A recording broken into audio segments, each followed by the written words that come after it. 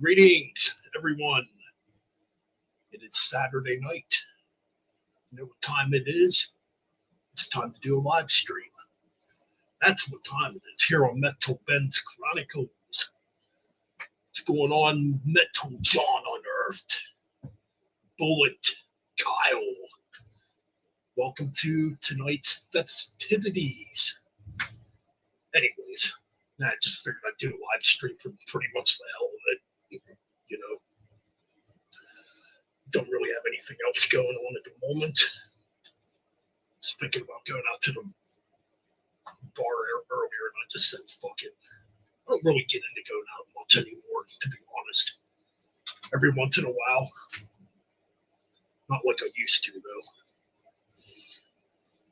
But anyways, thanks to those who tuned in for the Typo Negative retrospective and ranking video I did. Put a lot of work into that video, man. I think I'm pretty satisfied with the way it turned out. And that's pretty much it. As you guys can probably tell, I definitely have a new camera. Things look a little clearer, maybe a little more blue. Maybe I look like an animated cartoon character. Who fucking knows? And either or.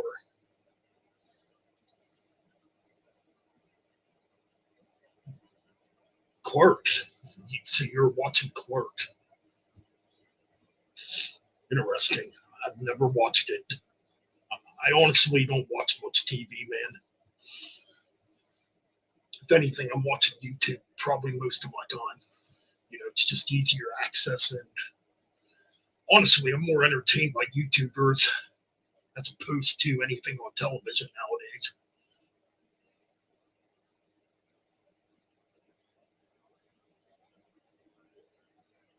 Oh yeah, I guess there was a wrestling pay-per-view tonight. Man, I can't get into wrestling at all anymore. Future Ruins, what's going on, man? How's it going, dude? Welcome to tonight's random stream. Yeah, I'm doing good. Just sitting here, you know, relaxing, having a brewski. Just beer's pretty damn good, by the way, but I can't drink a lot of them. Guinness Extra Stout. My one friend actually turned me on to this beer. We were hanging out by fire, and he had this, and well, I tried it. Pretty good beer, but it's not a chugging beer. That's for damn sure.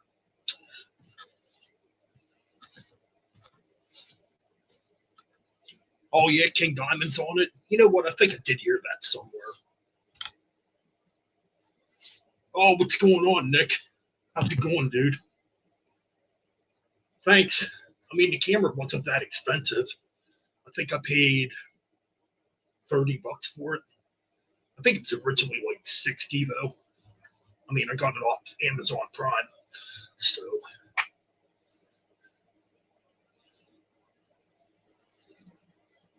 yeah, man, just chilling, relaxing, you know. I did finally pick up the new dock, and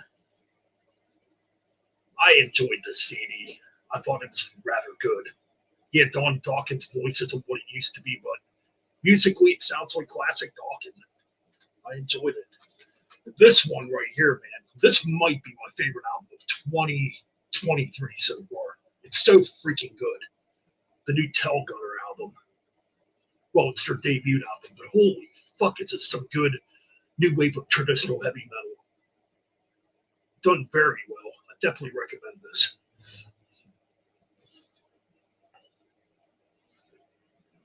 Ooh, wine. Ooh, that's something I can't drink anymore is wine. Wine gets me the fucking worst hangovers. It's like the only thing that really gets me hangovers. That and vodka.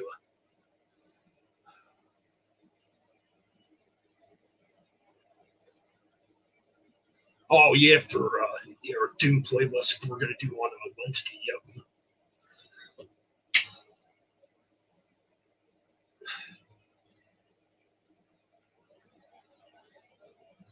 Dude, that I'm telling you, man, it's good. Like it's a new wave of traditional heavy metal. Like some of it will obviously sound familiar, but I feel like they're doing it in their way. Like there's something about it that sounds different from the other band. I think it's the vocalist. The vocalist has a very unique style to his to its vocal delivery. You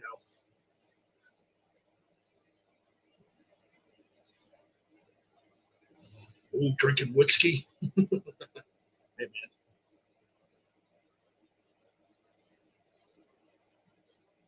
Ooh, no. Gonna have to check that one out. No, I have not heard Sacred Outcry. Kind of interested now. But man, I really love this new wave of traditional heavy metal movement. So many fucking good bands coming out of it.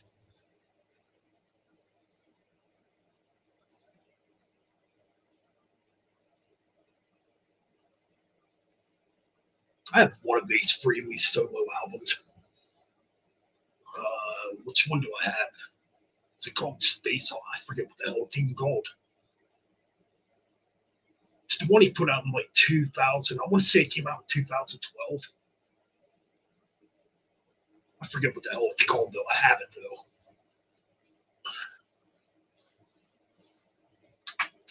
Honestly, Ace Frehley puts out better music than Kiss does.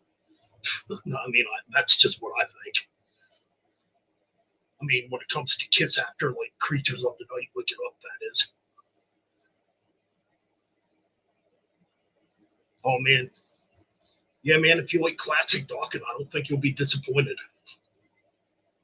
Like the guitar player they have now does a really good George Lynch. Like he sounds more like George Lynch than what George Lynch today sounds like, you know.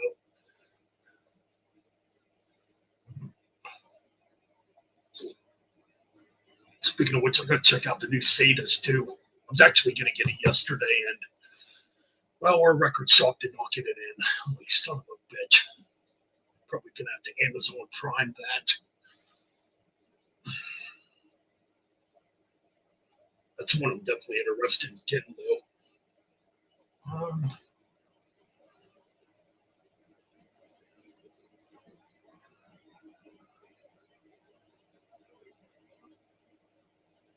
Don't mind me. I'm just checking to see if anybody's on Facebook at the moment.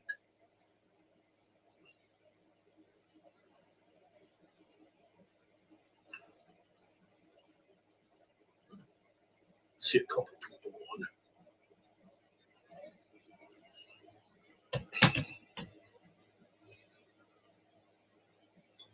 Man, those fucking new Priest tracks are excellent. I'm enjoying them too. I think they're really, really good. It's kind of shocked to hear that Ralph Fierro don't care for them. I think they're good. I mean, I haven't really heard anybody say anything bad about them. Got to figure, man, Rob Halford's 72 years old and still can belt out vocals like that. Quite impressive. Quite impressive, I think. I can't wait till fucking March gets here. I want that album so bad. I might just go ahead and put it on pre-order. I mean, normally when it comes to an album like that, with traditionalists, you go out to the record shop and buy it if they have it. But just in case the record shop does not have it, which I don't see why they wouldn't, it's Judas Priest. I might just go ahead and put it on pre-order. I can't wait till it comes out though. I'm fucking psyched for it, man. Well, Judas Priest are coming here next. I think next April they're coming here. I'm gonna go. What's going on, King of Swords? How's it going, brother? Have you been working on any new music as of late?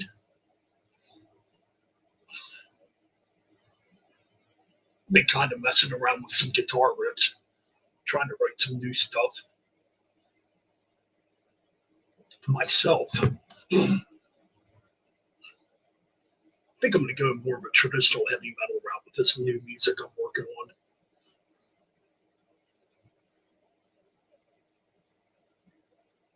Oh, cool. Thought your last album was pretty good. A little different. I noticed you added some clean vocals in it.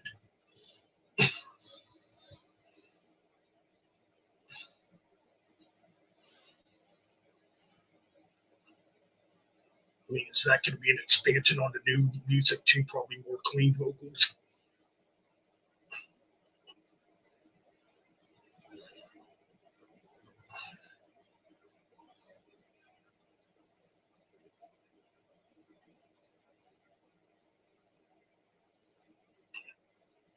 Oh, excuse me. I'll definitely be interested though. I've been working with. Well, that's kind of interesting, John. I have been working with some doomier riffs too.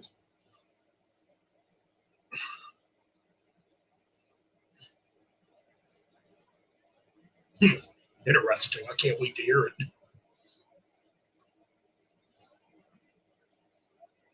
mean, sometimes you got to branch out and be different, I guess, instead of doing the same thing over and over.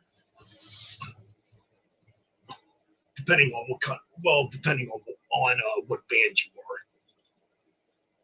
Like, I could never imagine AC/DC making a progressive rock album. You know what I mean?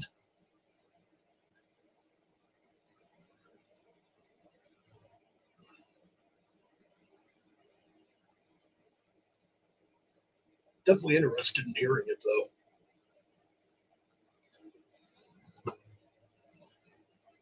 And King of Swords was cool enough to send me all of his albums.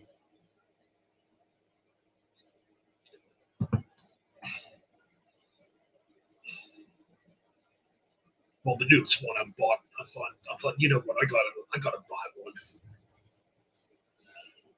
I mean, I appreciate people that send me free music, but being a fan of music, I'd rather honestly pay for it. I just, I just feel like it's more respectful to the artist when you actually purchase their, actually purchase a physical copy of their music. You know what I mean? Ooh, well, it's gonna be a tough one. There's still stuff I need to listen to.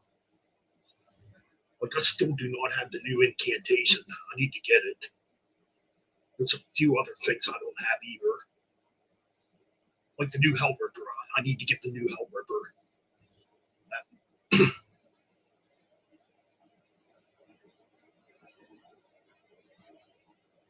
Order. It's called Ordo Ab Chaos, which is the title of a Mayhem album.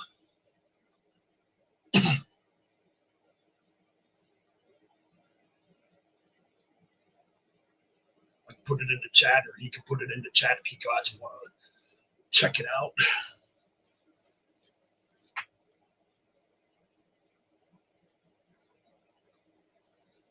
Man, I'll tell you what, I was thinking about that too not too long ago. Like the cool part about doing YouTube is coming across these people that actually play in bands, or have written for metal, or excuse me, have written for metal albums, metal magazines, or have their own record labels. It's pretty cool.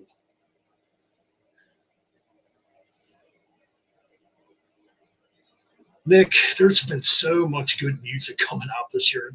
It gets harder and harder, man, to keep up with it all. Like I haven't really heard a lot of duds this year. I mean, there was a couple that I didn't care for, but like Sleep Token, holy crap, is that terrible? That is some of the worst stuff I've ever heard.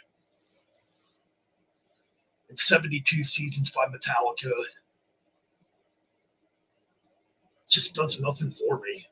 I love the last track on that album, the Doom Metal track. Like there's songs that could be good, but they just really go nowhere. Like I'm not gonna say 72 Seasons completely has all bad riffs on it, but I just feel like the songs have no direction, most of them. So yeah, there's been a lot of killer death metal coming out this year. I definitely agree with that. Even some black metal. There's been a few decent black metal albums this year.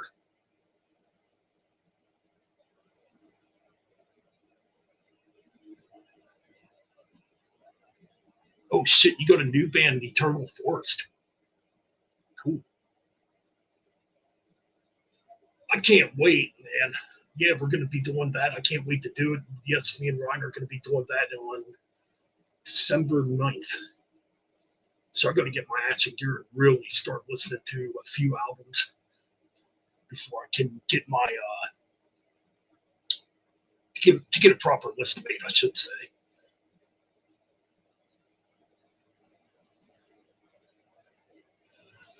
I'm thinking about branching out and trying to do different stuff on this channel. Like I put a retrospective, put up a retrospective today.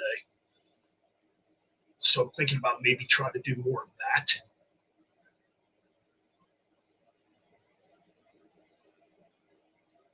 That new Shooter album's good. That is a damn good black metal album. I still need to check out the new Marduk.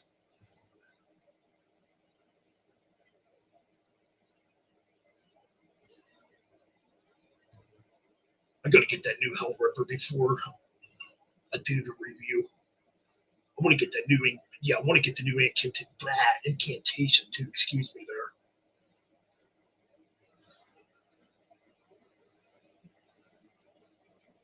The new Sorcerer album's freaking good. I mean, there's been a bunch of good stuff this year. The new Raven album freaking kicks ass. I mean, it's Raven. You pretty much know what you're going to get with Raven.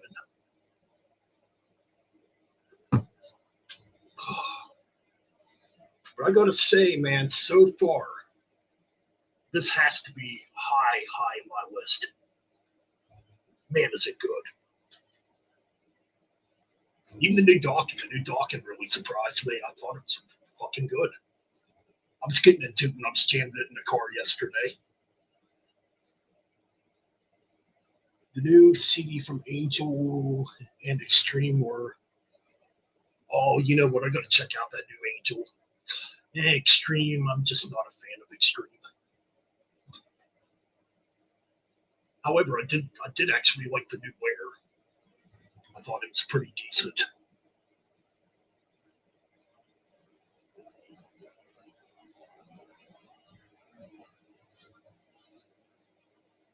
If anybody wants to come on, I'll send links.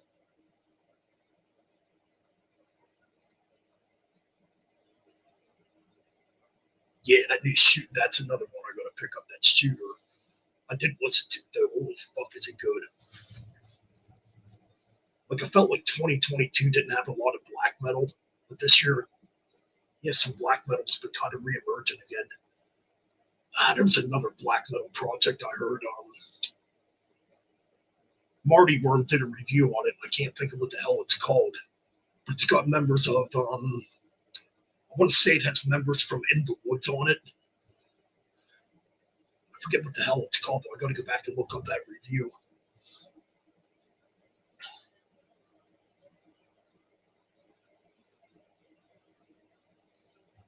Oh yeah, you know what? No, I have not listened to the new Shining.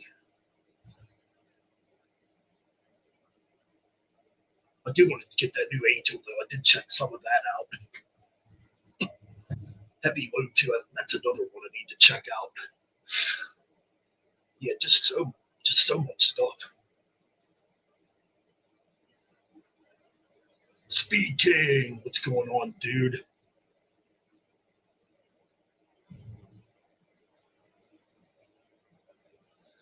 Yeah, Timmy Borgir putting out a cover album. To me, that's just lazy. They haven't put out an album since what 2018. Even their last two albums were not good.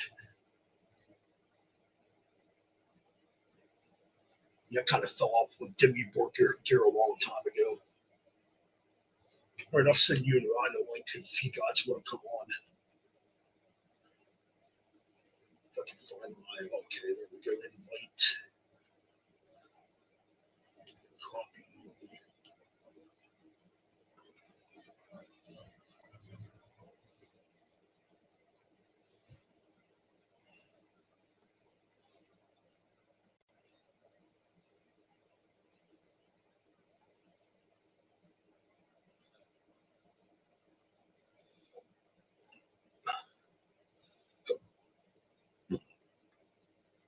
Excuse me.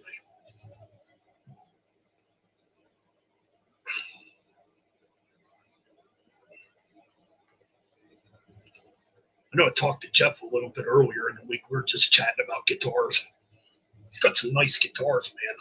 He was showing me his guitars. We did a stream too the other night on the guitars he purchased.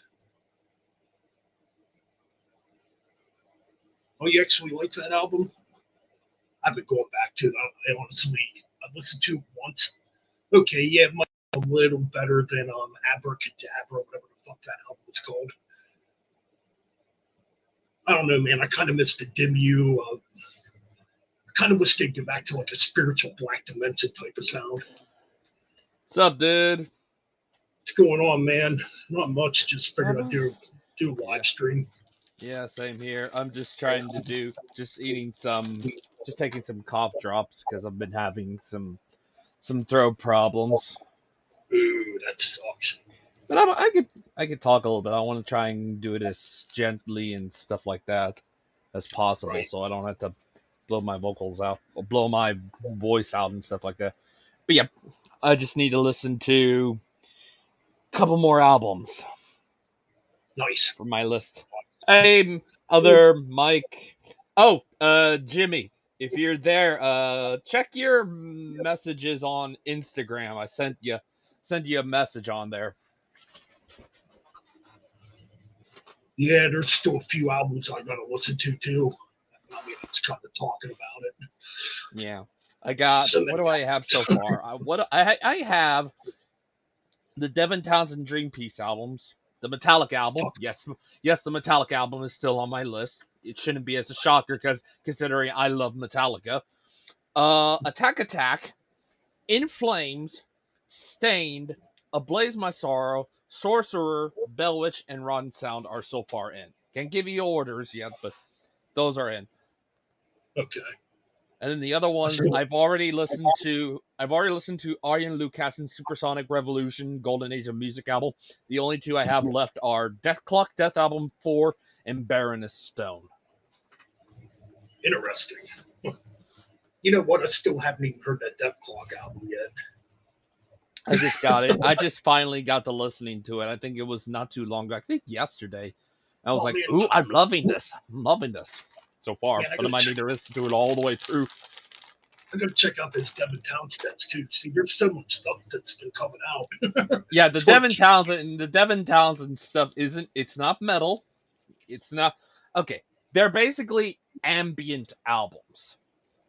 So basically, I know he's done the ambient stuff before. I can't remember what albums he's done that were ambient albums. I know Ghost is probably the closest that I can think of that was an ambient album. Pretty much, yeah. I mean, I'm not surprised. I mean, he's done a bunch of different styles over the years. I still got to listen to the Surf on Gold too. Fuck. No, I don't even think I have that on my list. That's one I gotta pick up too. Fuck. Well, I went to the record shop yesterday, and they were having like some kind of record convention, so he cleared out all these new releases and took them to that convention. So it's like, fuck, I kind of sucked. Well, at least I did find a new Dawkins and got that Telgo CD. I should have picked up that Surf on Gold too. He did have it. I might have to go back next to. Oh shit, that's right. I might have to wait a couple weeks to get it now. Yeah, Josh. I asked Josh to be on, and these are all kind of like rotating, revolving door of guests. You could come in, give your top 10, and then you can either choose to stay or leave. You know, it's like that's that kind of a live stream. People can come and go, or stay. It's totally your choice. But know that there's other people that are going to come in. Like I got so far, I think confirmed guests I got outside of you. I got Wyatt. He was one of those. Joshing was going to be on there, but then he realized, I can't. He's going to be going to see Suffocation that day, so he's out. Clint Cthulhu is on here if he can get his phone to work. I don't know if Joel Ament is in here, but he's one of them. And Eric, Psychic Vacuum, is going to be one of the guests. Oh, cool. Yeah, he's a pretty cool kid. Yeah, he commented on my community post. I'm like, hell yeah, I can squeeze you in there. Sounds cool, man. I can't wait. It's going to be a lot of different people. I've wanted to do something like this for a while, so it's really going to be cool. All the different people who have their top tens and how they're going to be so damn different. It's going to be cool. Absolutely. Hey, man, it can turn into a yearly thing. Yeah, yeah, definitely. Yeah. I wish I could have Nick be in this, but then again, he does them and his lists are really, really long. So it's like Yeah. I'm just sticking to 10, or top 10 for, Yep. Not gonna be easy though, because I keep thinking of other albums. Yeah. I mean, I know at least maybe 3 albums that are definitely going to be in my top 10 for the year, but yeah, at least my top 3 are a guaranteed, at the very least, a lock-in at the moment to get in. Right, absolutely. Yeah, it's going to be interesting, though. I can't wait. And,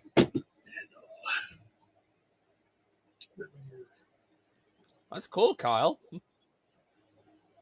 Oh, you have 30. I could squeeze you in, John, but you'd have to whittle it down. If you can whittle it down to 10, John, I could probably have you come on.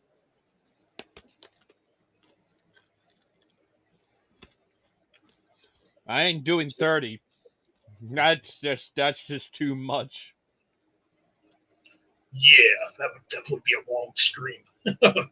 Especially if you had like 7 or 8 people on the stream. Yeah, it's like he's one of those I could put on here. Yeah, it's multiple people and stuff like that. So it's like I can't really have someone go for too long, especially how I am limited with the streams and stuff like that. Yeah. And which, because of this, I'm probably might have to put that mini deep dive on hold for now, unless you want to continue to listen to those albums. So I want to probably worry about this, and then do the mini deep dive. I probably just partially ruined it because I talked about carnivore in my Typo Negative retrospective. I mean, that's fine. You only partially ruined it. Oh, wait a minute. So you talked about the 2 albums then? Yeah.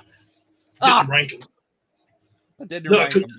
You just talked about them pretty much. You didn't rank them. Right. I didn't rank them because I couldn't decide which one I liked better. Fair enough. Yeah, it's probably better. It's probably. So yeah, I like that one better. No, I like this one. It was one of them deals because to me both albums are absolutely killer. Yeah. And the Typo Negative one will definitely probably shock some people where I put Bloody Kisses at. Because that's like their big album, obviously, and a lot of people definitely put it at number 1. Yeah. Usually. Oh, and I will mention, Kyle, it's going to be on my channel. So just look at my picture. My picture that's the channel name. Just look up Damaged Incorporated. I haven't put up the stream yet, so it's hopefully. I'm liking what I've heard so far from the new Deathclock album, John. I'm liking what I'm hearing. But I think front runner right now out of the 3 that I mentioned that are kind of in the middle that's in there is the Aryan album. But oh boy, that Deathclock album has promise. There is promise for that Deathclock album. See, I got to check that out yet. I'm going to see. Well, you'd be kind of surprised. I actually did listen to the new Stained album.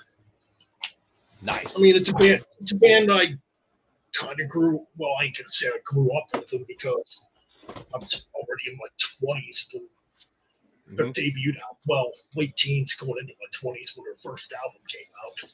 Cool. So I was curious what it sounded like. I mean, for what it is, the Stained album is. I know they're not your kind of music that you would listen to that often. I know you used to listen to them back in the day, but they're kind of that style of. They're kind of like Disturbed.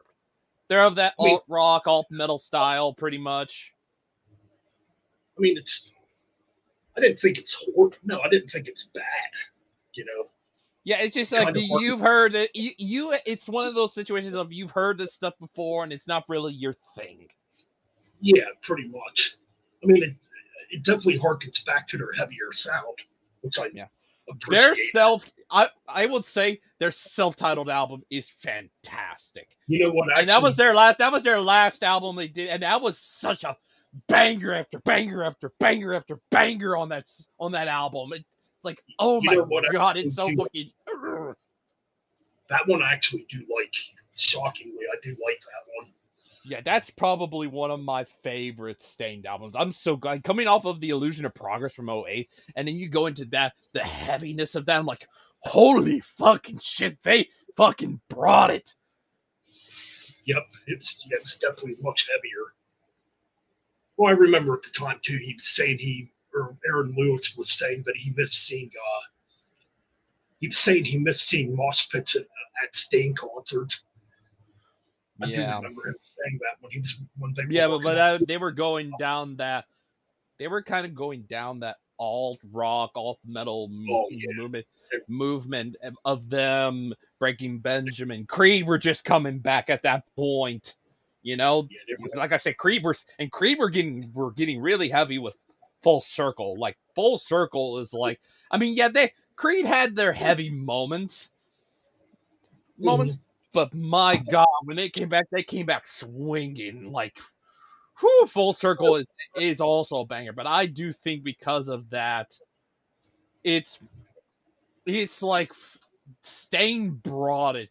In a year where you had freaking Anthrax worship music, freaking Dream, the last up until A View from the Top of the World, a dramatic turn of events from Dream Theater, freaking Searcher Rising from Amon Amarth. I'll even throw in Death Throne from The Devil Wears Prada, because one of the people they had on theirs that were working with them was Adam D from Killswitch Engage, and it was fuck.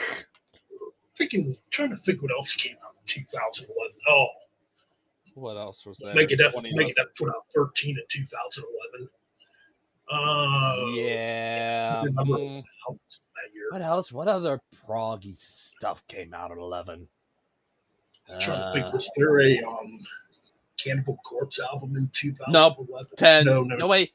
10? Was there a 10? No, wait. No, they didn't. They hadn't had an album yet. You had to wait till the next year in 12 with Torture. That's right. Yep. Oh, let me think. Any other? No, not Slayer. They didn't have. I think Anthrax and Megadeth were the only ones for. Oh, fuck! Oh, fuck! Lulu. Yeah, fuck! Limp Bizkit too. Don't forget that piece of garbage. Garbage. Jesus, those. Oh God, yeah, those. Oh God, no! Even worse than no. That means the triple amounts of shit. Illume Divinum Insanus from Morbid Angel. That pile of garbage. Fuck. I'm sure there was I'll even say I'm sure there was a terrible freaking Five Finger Death Punch album in 11. Oh wait, was there? There was. I think War's the Answer came out that year. No, War is the Answer. No, War is the Answer is 09. I know because I have that album. Did American Capitalists come out in 2011? I can't remember. Maybe, but I think people were thinking, okay, those first few Five Finger Death Punch albums were good, and then after that they went to shit. I mean, I'll admit back then I didn't mind the first two albums. It's just let me look at this. Yeah, American Capitalist. Yeah, in 2011. Yeah. Yeah, that one. At least they were good. I can't say no. Not 6 Feet Under. Theirs was 2012 and 2013. Oh, Dedicated to Chaos by Queensryche. That came out in 2011. Oh yeah. That's a really, really bad album. Let me look at 2011. What do we have in 2011 heavy metal music? Didn't In Flames have an album out in 2011? Yes. Sons of a Playground Painting. Thank you for reminding me that. I did buy it. I ended up getting rid of it. I still Just have my CD. I still have my CD of that. It was All right, definitely what do we got? album here. Oh, Mr. Big. Mr. Big had an Oh. album in 2011. Interesting. Their first in 10 years since 01's Actual Size. Nice. I don't even remember that album. Let's see. What about February? Who else did we have in February? Oh, Crowbar, Sever the Wicked Hand. Yeah. Who else is DSI to Hell with God. Oh yeah. That album. Darkest Hour, The Human Romance. Oh, I remember this. I remember this cover. I've seen this. I was like remembering that cover. Like I've seen that cover before, where they had like the skeletons on it on the ground. I'm like, I've seen that cover before, and then I was like, and I'm now remembering, and I realized I think, oh yeah, I think Tesla had the same album cover. I could be wrong. I could be wrong, but Yeah. I'll look at the Tesla band. I think they had an album in 2000. Yes, they did have the same album. They just have a different background, but they had the two skeletons that were cuddling each other on the cover. Their album was called Forevermore. Freaking just Darkest Hour just copied it. I remember seeing that. I'm like, that's so familiar. And then I realized, holy shit, they copied the Tesla album Forevermore. I was just like, what? They were so lazy. They just went like, fuck it, we'll copy those skeletons that are cuddling. It is. But I'm like, they copied them. They copied the album. It's like, Kevin Churchill. I like Kevin Churchill. He's a good producer. And we got Scaled to Summit, The Collective, an instrumental metal band.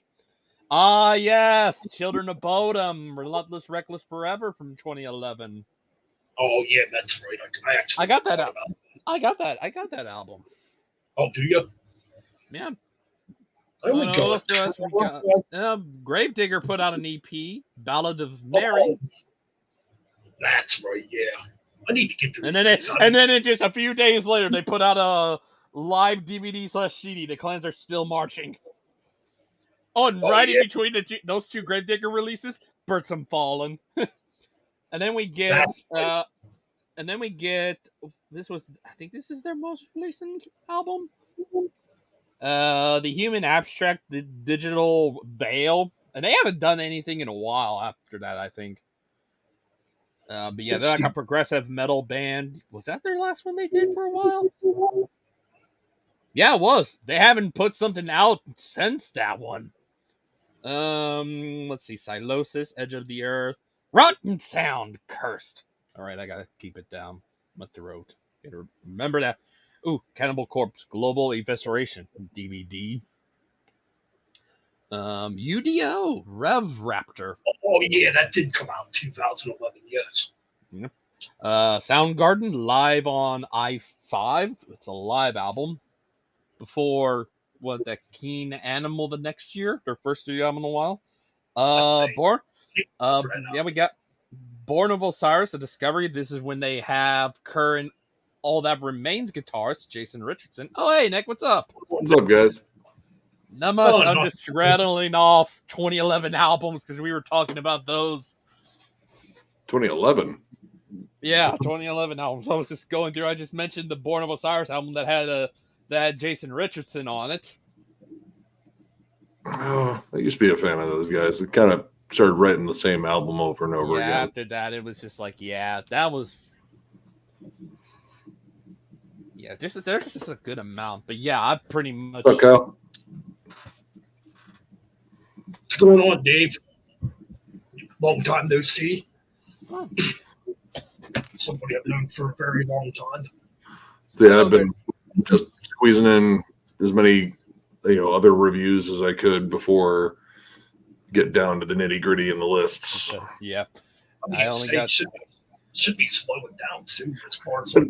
It's slowing down, but there's still some big for me releases. Like, had to cover the new Sadus. Nice, I- yeah. I want to get that so bad. Get so ripped. disappointed. I'm so disappointed when my record shop didn't have it in yesterday. I'm like, son of a bitch. Yeah, I had to order it. Mine didn't either. I don't know. Maybe a lot of people slept on it. They shouldn't have. It's awesome. Let's see. Next week is new Cruciamentum. Like the day after Thanksgiving. Well, so yeah, after Thanksgiving, I'll do that one because definitely doing Thanksgiving. Right. But yeah, and then what else did I have? Convocation, which is a pretty good Italian death doom band, and then new Panopticon is the last week of November. Nice. So yeah, there's still a couple. Just Yeah, I saw. I always forget his damn name. The main guy behind Panopticon made the cover of Decibel. Oh, cool. Yeah, Decibel already has their list up. Oh, nice. Yeah, I'm still working on mine. I still got to listen to a couple more albums. I was listening to that Mangini album. There's really nothing special. It's good hard rock. You know, Gus is on there doing solos. That's really just from the few songs I was listening to of it. It's like, I haven't had a chance to listen. I mean, I was going through what I have for 2023 so far. I have 148 hours worth of music. Damn. So yeah, I mean, but honestly, like doing a top 40 will be tough this year. This has been like a solid year. Like if you're a death metal fan, you had yourself a fucking year. Death metal wise. I think the only things I got so far death metal wise are In Flames and Ablaze My Sorrow and Rotten Sound. Oh, Rotten Sound's grind, but yeah, well, I kind of lump them in with them. Grind's separate. It's it's extreme, and death metal is definitely a part of it. But grind is definitely its own thing. Yeah, I love the genre. But I mean, see what we had: Cannibal Corpse, we had Dying Fetus, we had Suffocation, we had Incantation. No, I got here. Fuck, what other ones? I mean, like new Tomb Mold. Scar. Yeah, I got on the honorables. I got Scar Symmetry, Ne Obliviscaris. Yeah, I got the new Cannibal Corpse on here. Do we throw in Periphery? No, they're core. Periphery's core. They're not really death metal. Well, I still got to listen to death. I still got to listen to Death Clock. Death Clock was pretty decent. I liked it. I don't know. Everyone's really hyped about that Afterbirth album. That was pretty good. I got a lot of deeper cuts too. There's a lot of stuff. People are pretty hyped on Ascended Dead. New Autopsy. Oh man, I gotta pick that up too. It's so good. I gotta get that. Dude, it wasn't even a year. It wasn't even a year between that, and it was like 10 months, 11 months maybe. Yeah. Yeah, that's one I definitely want to hear. And I need to get the new Incantation still. New Incantation's solid. Like it's, I mean, I'm sorry. Oh no, I was talking to someone at the Incantation Suffocation show. He was fan of the channel and said, I don't always agree with you. And I was like, that's good. You don't have to disagree with us because that means we got conversation and shit. But it's like, but you guys were spot on in the Incantation review. I was like, yeah, like my main thing is with bands that have been consistent over the years. Like, what do you expect for them? I expected an Incantation album. I got an Incantation album. That was exactly what. Same thing with like when Immolation puts out an album. I want an Immolation album. When Corpse puts out an album. I want a Corpse album. Yeah, I mean, with bands like that, you pretty much know what you're going to get, but you're still excited about it. Yeah, I mean, it's like Obituary, Black Dahlia Murder, like those bands that are just super consistent. It's like, yeah, we have our sound, we have it on lockdown. Yeah, I mean, we could change the formula, but why? We have fun doing this. Absolutely. Yeah. Oh yeah, speaking of incantation, I did see. I saw you guys met John McEntee. Dude, it was like, oh man, it was a cool night. Like, I mean, at first it started off like we were just outside having a smoke, and Terrence Hobbs comes out and is like, hey man, one of you all got a light, and just ended up coming by and bullshitting with us. And yeah, we got to talk to Terrence, like, oh, fucking legend, dude. And he was like, man, it's like, oh man, I hate this fucking cold weather, man, because they gotta like loosen up, and getting old sucks. Is your fucking fingers get tight and shit like that. Yeah. Look, but dude, Ricky was sick. He couldn't finish the date before that because his vocals were given out. He got like an upper respiratory. So yeah, Terrence says like he's been like quiet all day. Like even if you say hi, he's just like, and he wanted to really perform that night, but he's like, I can't. Like, there's nothing here. So they got the front woman from Stabbing to jump on, and holy shit, dude, she sounds like Frank. Like she has like just nasty low vocals. Like holy shit, and she only did like the classic songs because when they played the newer stuff, like she wasn't familiar with it in terms of like the vocals and stuff, so they just played those as instrumentals. But yeah, while we were outside, dude, John McEntee fucking spied us, and I was like, oh hey shit, because I keep forgetting I'm friends with him on Facebook, and he actually like follows us, which is weird. Nice. I'm still like blown away by that. But yeah, he came out and just talking to us and shit. I was like, am I hanging out with like stars? Like, no, you're hanging out with dorks that just have a camera. But like we're just bullshitting about like music and just just random shit. Like super fucking nice dude. Like John McEntee is just like just a solid fucking dude. Yeah, we joked around like after the set. Was like, was that heavy enough for you guys? Was there any like poser moments in there? It's like, oh no, man, I thought it was savage, but John over here was waiting for the fucking ballad. Yeah, dude. They had a fucking crushing set. Kyle wasn't on tour with them though. I was kind of hoping to run into Kyle Severin, but they had Charlie Korn, who's drumming for Ascended Dead. He did Morbid Angels last tour. Some Void Ceremony, like just a savage fucking drummer. Oh man, nice. Yeah, that's one band I still need to see live. Hopefully they come up here to Reverb again. Incantation. Oh, Incan's great live, man. Dude, John McEntee has just got like he's just got like this presence with his fucking vocals. Like he does those like deep to like high, like kind of fry screams and shit.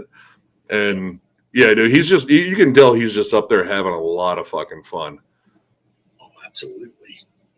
But yeah, dude, it was a cool night. We got to hang out with our buddies from Skeletal Remains too, see how they were doing. Last time we saw them was after. Hey, what's up, man? Levi! Yeah, the last time we saw him was after the show with the tornado that hit from Morbid Angel, and they were all like still really rattled. And it was like, yeah, it was just good seeing them under better circumstances and shit, and getting to talk to Chris and Pierce and Brian. Yeah, good dudes. And the new material they're going to put out, I have a very, very good feeling. Like if you're a Florida death metal junkie, the new Skeletal Remains will probably be right up your alley. Man, their last one was freaking good. Oh, dude. Honestly, the new track they put out, definitely in that vein. Possibly better. I don't know. Because I love that last album. I love all Skeletal Remains albums, but that one was just fucking ferocious. It's like I heard a lot of Morbid Angel on that last album. Oh yeah, Morbid Angel, Deicide. There's occasionally some Carcass moments on there too, just to mix it up. Yeah, it's killer fucking band. But yeah, it was a fun night. Like it was crazy. Like having John fucking come up and just shoot the shit with us. Like coming up to us like, oh shit, I see people I know. Like fuck. It's weird. But Yeah, dude, it was wild, and we were just back up to that same venue yesterday or Friday night for Ulcerate, and that was, I mean, sound issues for the opening bands. Unfortunately, like I don't know what was going on behind the soundboard, but I don't know. Everyone's guitar tone sounded entirely too crispy, and like, yeah, there were issues, but luckily Ulcerate had their own sound guy, and my God, their drummer is insane. Like I I know why, John is just like bowing at the altar for this dude. His fills, his blasts, crazy cymbal work. Like I was trying to follow him and I was like, I can't, like they sprout another fucking arm. It's and like dissonance is a cool thing I like. Generally in moderation, these guys know how to work it into like melodies, like really make it melodic and stand out, but still have that dissonant kind of dreary sort of effect. It's amazing. That's kind of interesting. I'm just thinking, what really got me into death metal is probably the drumming. Like I just think the drumming in death metal is so just out there and impressive. I don't know what, like, I think it was just like the aggression and maybe like the guitar tone. Like, I was already into thrash and hearing like, a death metal guitar tone. I was like, this is like that, but it's just meaner. It's just uglier. Right. And took me a little bit with the vocals, but I think John Tardy was the one who's like, dude, this dude is just going for it. Every word, he's just, yeah, like, yes, that's it. A lot of good stuff, man. So what have you been up to, Levi? Well, today I've been busy as shit. As you can tell, my my office is practically empty now. Oh yes. Because hopefully tomorrow I'm finally going to get my dad to help me build the new CD shelf I keep talking about. Ooh, nice. Because that shelf's about to go bye-bye eventually. So are you getting wall-mounted ones? Yeah. Well, we're getting actual lumber, not the press-on shit. So Yeah, lumber prices definitely went up. I found out when I got my bill for all the additional shelves that went up for me. Mm-hmm. Yeah, it's almost more than doubled. But got them done, and I have like a ton more room now. I think John shot a video, like a short for YouTube. I don't know when he plans on putting that up. But yeah, the new shelving worked out. And then also, I moved my computer stuff down the wall a little bit because also over there is going to be my new recording setup. Got the camera on a tripod and all that good stuff. Nice. Sounds cool. Yeah, we're trying to make everything look better. It's just now, really, after the shelves build, the last thing I need is get some good lighting in here. I mean, at least for this room, I just go with just LED bulbs. It's soft lighting. I mean, I have canister lights that we got years ago. Like actually, that was like the second thing we bought with the YouTube money after we got a camera was some canister lights and the little fucking like shower caps you put over them. Miller already had ones with like umbrellas, but the canister lights, I mean, that's all I bring up in here. Like when I shoot right here, one on me and then one behind me. Yeah, they were a little pricey, but I mean, overall, I think they were worth it. Oh yeah, absolutely. I mean, that's what I need to do. I need to start getting some shelving too for my CDs. But like you said, the price of lumber is definitely expensive. I mean, you could always go with like the prefabricated ones or like the steel ones and shit. Like something like even if prices do come down or you get a chance to actually get some better shelves, this is something you could just take down and just replace. Right. 'Cause Mike, oh, sorry, Ryan, you're no sound. Oh, my bad. All we of go. this right here, plywood. I mean, as We long got- as it's mounted on there. Yeah, Yeah. it's got some like nails on here and stuff like that. It's all perfect. I got my mom's is my mom's old boyfriend, and from my childhood, and he builds houses and shit. And he said, like, no, man, I'll build you some shelves you can hang from if you wanted. Yeah, we Like got. you can do chin ups and shit. It's like, all right, it's gonna hold a lot of shit. Yeah, we got and- plenty more here in the garage. Like, if I literally wanted another shelf to be built, I'll just ask my stepdad, "Hey, you think you can build me more shelves like that?" And boom, we got plenty. Perfect. I mean, now I got a lot of room, so I can Yeah. get a whole bunch more shit. But Yeah. kind of trying to slow down here because I mean, Christmas is coming up, and I want to make sure I Yeah. can come up for other people. And Yeah. I mean, and luckily, like the release schedule's slowing up. Like, I don't know if there's much coming out in December, which thank God There I ain't. don't need any more last minute considerations for my year end list. Like, I have Right. Yeah. 50 plus I have to fucking whittle down, and even my EP and split list is getting long.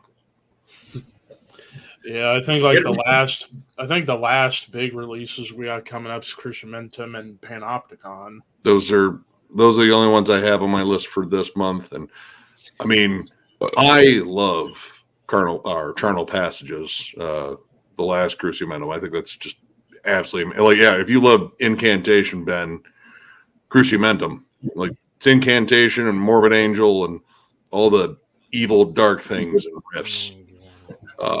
But yeah, I've been hyped about this new one. Like dude, it's about time because the main guy behind it, Dan Lowndes, has been doing production for everyone. Like he and fucking Arthur Risk have had like the busiest year.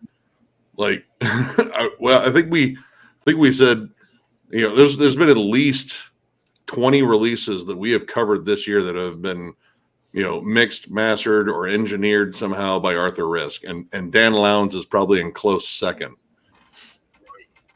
Dang. that is a lot. Yeah, Yeah. Well, actually, as far as an album I checked out today that I'm going to be talking about on Tuesday for my next Under the Radar episode, that debut Plague Mace album. Plague Mace. Don't know that one. It's a Oh. new Danish death metal band. The debut album came out yesterday, and they're on Napalm Records. Hmm. It's actually really entertaining and catchy. Like it's almost like a hybrid, I would say, of like Hooded Menace because it gets a bit doomy at times. But I would also say there's occasional like tremolos that sound like Incantation. But there's also some Florida death metal like Monstrosity occasionally, and dare I even say Sinister. Ooh, And the vocals, Ooh, sinister. holy shit, they are fucking gross.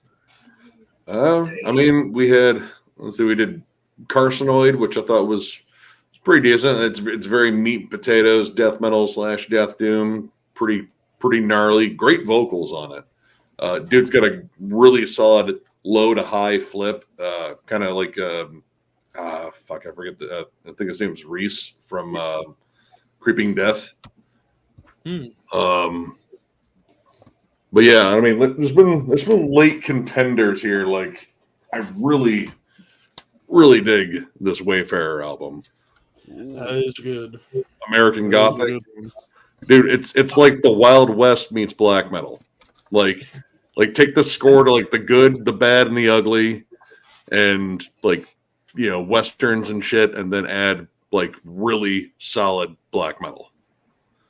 Man, I gotta check that out. It's really wild. I think I called it like Dust Bowl black metal. Yeah. I mean, it's accurate. Wow, one of the dudes in here is also in Blood Incantation too. Oh. Yep. What's up? Yeah, What's up, Wyatt? It's pretty solid too. Yeah, that Carnation album's awesome. It's still spotty on the clean vocals, but musically, I mean, if you love Bloodbath, yeah, I mean it's It's Bloodbath with a guy that sounds like a hybrid between, Ockerfelt when he was growling and fucking Corpse Grinder. Yeah. Interesting.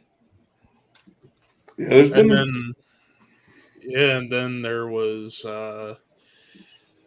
damn, I gotta look on my list, see what all recently, like over the past couple of months that I've been digging. Yeah, I think some of the most recent one I listened to all the way is the new Sorcerer album. I still gotta check that out. I didn't know Sorcerer had a new album out. Yeah, Reign of the Reaper. Love it. I love the first half is really great. Let's see. Oh, that new On Thorns I Lay album. Holy shit, that is some excellent death doom. Kind of like a hybrid between Paradise Lost, My Dying Bride, Swallow the Sun, and November's Doom.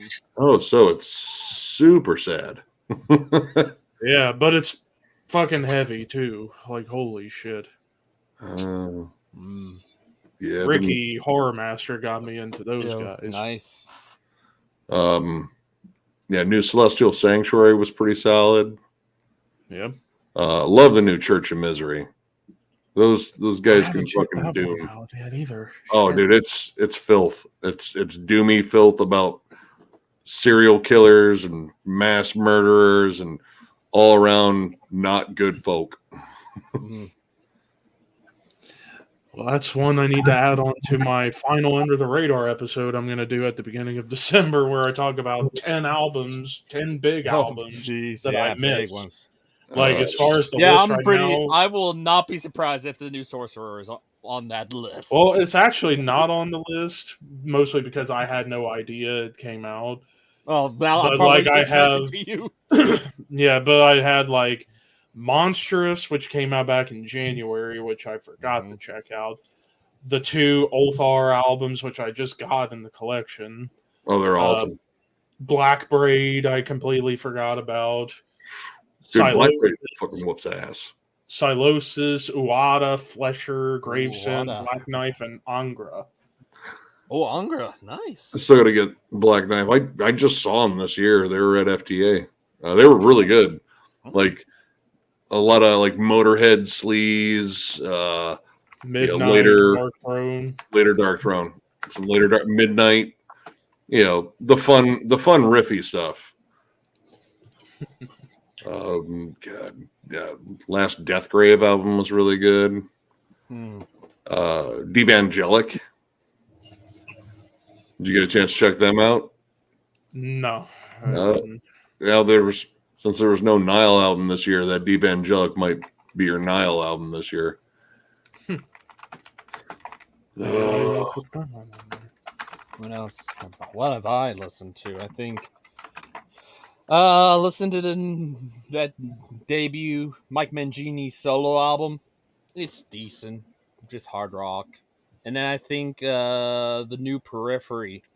And then I recently also listened to the new Arjen Lucas and Supersonic Revolution album. What about Tesseract?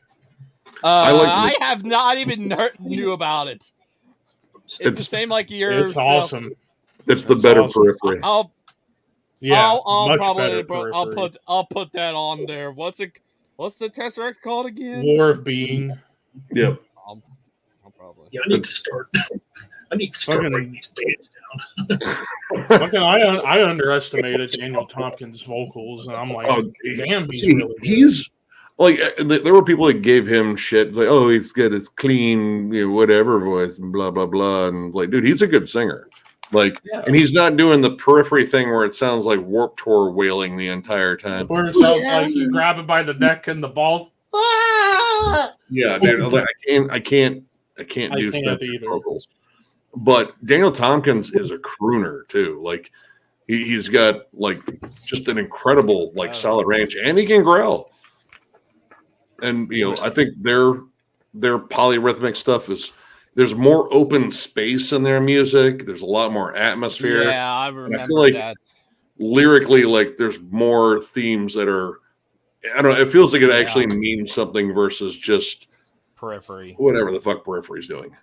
Yeah. I mean, Periphery has their moments of glory, I guess, for me. But it's like I do remember the times when I was listening to Tesseract, and it was with that one guy that would be on Altered State. Just remembering that single they put out for that, I'm like, holy shit! This guy makes Spencer look like he's like a piece of crap in comparison. Like, holy shit! Hold on one second. So have you guys seen the top 40 for Decibel? No. Mhm. Well, I mean, we can go over them and see if any of these. All right. Well, let's All see right. what we got. What we got. I'll be my follow. Let's see. All right. And by the way, Joe Boo needs a refill. Up your butt, Joe Boo. Let's see this. Spoiler ahead. Okay, Joe, spoiler. bartender. Joe Boo needs a refill. This right here so far is probably the nicest shirt I've gotten from the Metalhead box so far. That is killer. Necrophilia. Yep. Yeah. Dude, my nice, my nice. unboxing will go up. As soon as I saw that, actually, Ryan, Metal Viking, 82, yeah. he was like, dude, you're gonna dig the shirt that's in the box. Like, don't spoil it for me, man. I love the surprise. Oh. But he was right, and it was cool because they sent because that's an Ohio band, and like, woohoo! They also sent a copy of Hanging Fortress's new album, which that's a Toledo, Ohio band. I was like, oh fuck, we know these guys. So yeah, it was a double down. But all right, Decibel's top 40 this year. There's a couple I don't know. Yeah. Dot Heimsgard, Black Medium Current. Current, number 40. I have that one. It's a weird album. It's like avant-garde black metal Oh, prog. It's really nuts. Like, but it's kind of cool. Like, there's weird electronic sections and shit. Mhm. I don't know if it'd be on my list, but it is interesting. Let's see. Number 39, Commodus. Commodus. Commodus. Bleeding Snowfall. Never heard I don't know that one. Anyone familiar with that one? Nope. All right. Street Oh. Tombs, Reclusive Decay on Carbonized. I've saw these guys at Heavy Hell. It's gnarly, kind of thrashy HM2 death metal. I didn't get the album though. Nice. They had no merch. Ooh. Number 37's Obituary, Dying of Everything. There we go. All right. Nice. Yeah. Don't be shocked if you see that on my list. I don't It's even a have that on possibility. mine. I should probably have that on my friggin' honorable mentions because that didn't make it. Let's see. Number 36 is Fires in the Distance, Air Not Meant for Us. A lot of people recommended this one to me. I just didn't get around to getting it. I guess it's like depressing melodic death doom. Interesting. Yeah, I didn't get a chance to jam that one. Number 35, Witching, Ding.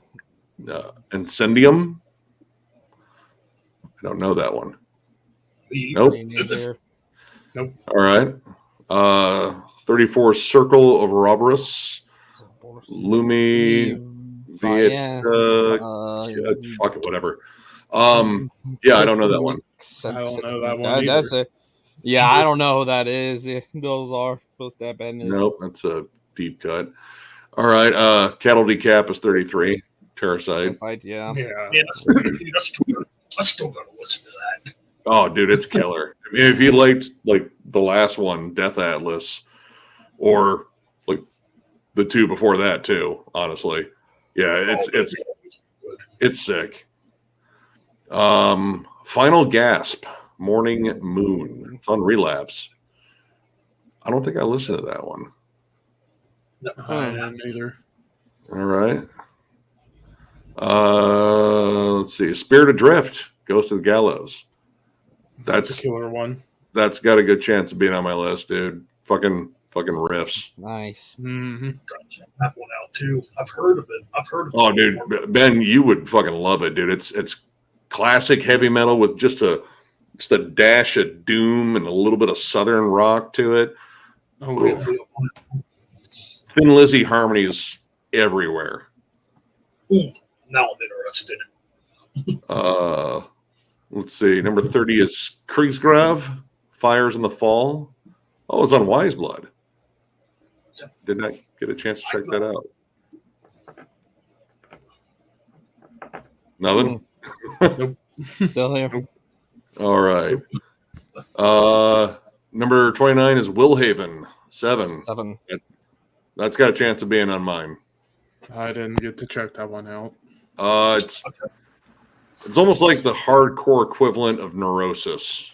Like they're Ooh. definitely like metallic hardcore, but like sludge riffs, like the heaviest, almost like percussive riffs, and just dense synths. Like nothing about that album feels good. Like it's just heavy and dark, and I like it. Gotta check that out. Let's see, Smolder, Violent Creed of Vengeance. That's what's her name? Sarah Kitterian from Banger TV. Yeah, that's her band. She's the front woman. Mm-hmm. Nice. Yeah. Still have yet to actually jam her band. Same. Yeah, I'll check that out too. It's it's like classic heavy metal, like trad metal. With a little bit of doom. Definitely up my alley. Next one, Cruelty with a K, Untopia. We reviewed this one.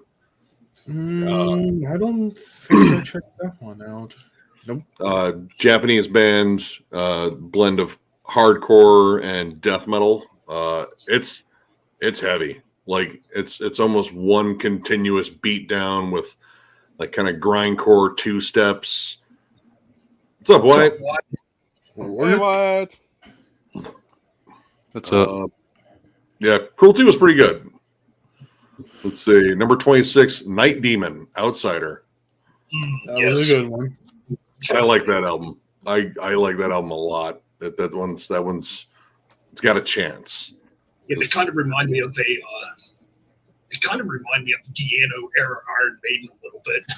A little bit, yeah. I like the dude's vocals are really good. Like he's got like a more like mid-range, but there's like a cool gruffness to it. And dude, their songwriting chops, I think, are excellent.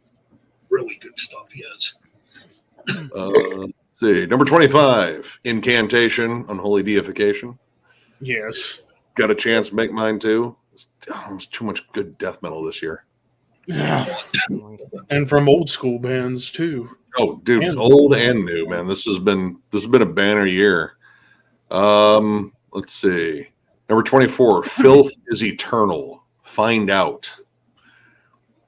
It was on NRK. Not familiar. Not familiar either. I'll look into that one. 23, Cannibal Corpse. Chaos Horrific. Oh yeah, that has a chance at making mine. It's got a chance. Like I said, there's a lot of other stuff too. That Cannibal Corpse album is killer. It is. I mean, Yeah. dude, it's Corpse. Like it's one. They're consistent. They know what they're doing. I like this one maybe a little bit more than the last one too. it's good. Yeah, It's tough. It's a marginal difference. Let's see. I noticed on the new Quartz album, there's not a lot of blast beats on it. No, Just actually, one it's a little bit. song. One groovier. song has blast. Sort of. We new. were Yeah. when we did our review of it, it reminded. I was listening to this all the way through just in preparation for the review, and it reminded me of mid to late 2000s era of the band, like Kill and Evisceration Plague, where those were a lot more groovier. Yeah, actually, I think it was kind of comparable to like that or Kill. I mean, Yeah. you know, the Eric Rutan productions, I'm still hit or miss on it. Like, I would like to see him go to a different producer every now and then, but I don't think that's going to happen at Eric Rutan's in the band. Let's see. Number 22, Great Falls, Objects Without Pain. I don't know that. Oh, It's on Murat. So, yeah, I mean, it's Steve Von Till's label. So that's, I don't know, that might be something cool. I know nothing about it. Let's see, 21, Krieg, Ruiner. I don't agree with that one. No, it's I don't know that one. They're black metal, aren't they? Yep, U.S. black metal. That's what I thought. I think they're from I Jersey.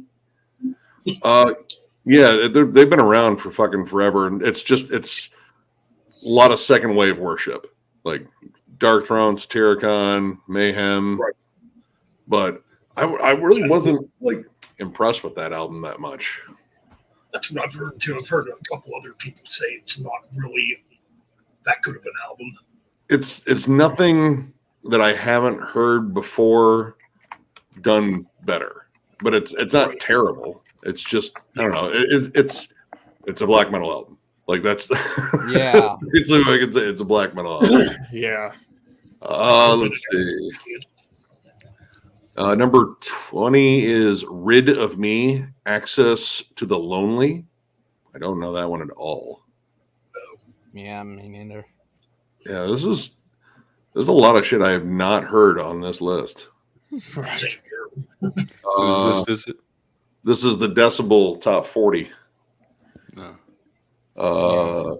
Number 19 is Mizmor, Prosiek. I've not really sat down and listened to Mizmor. I've heard a lot of people recommend it. I just haven't got around to it. I think it's like kind of avant-garde black metal as well. I don't know. All right. Number 18, Autopsy, Ashes, Organs, Blood, and Crypts. Oh yeah. I mean, that's definitely going to be on my list. Yeah. Number 17 hasn't been released yet. Cruciamentum, Obsidian Refractions. Wow, So- that's something. Well, Yeah. clearly they definitely got an advanced copy, Yeah, clearly, yeah. but I'm more hyped for that. Yeah, now you see Um, it's in their top 20. It's like, it's got to be good. Let's see. 16 is Tribunal, The Weight of Remembrance. We reviewed this one. It is super remember sad death doom. Like it is Bummerville. Like there's a cello in it. The frontwoman does vocals and cello, and you got like it's a lot of Paradise. Actually, I would say more My Dying Bride. Like Yeah. I remember listening to it. Yeah, I can. oh, it's sad. It's very sad, but it's good.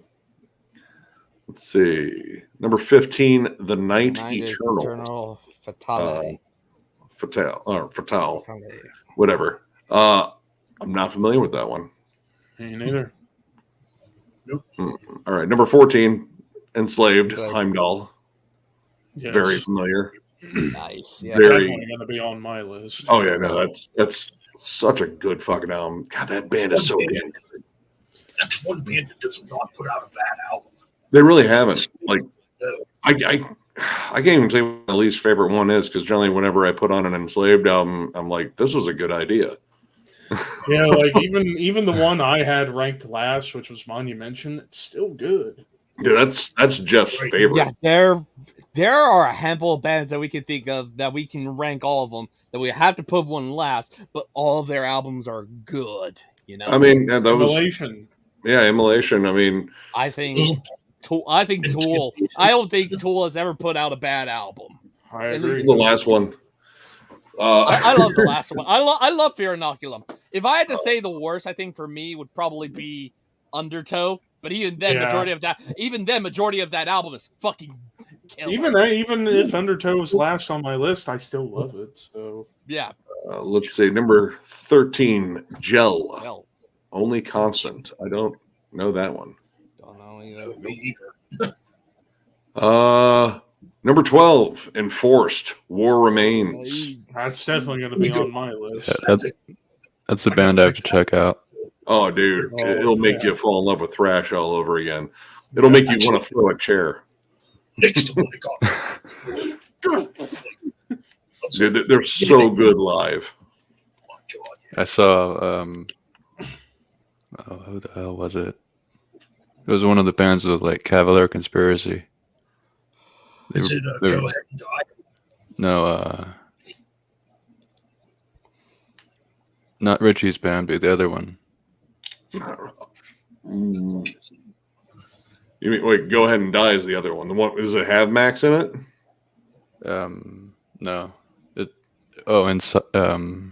Not Insight. Insight, but Uh, I saw him on the last tour.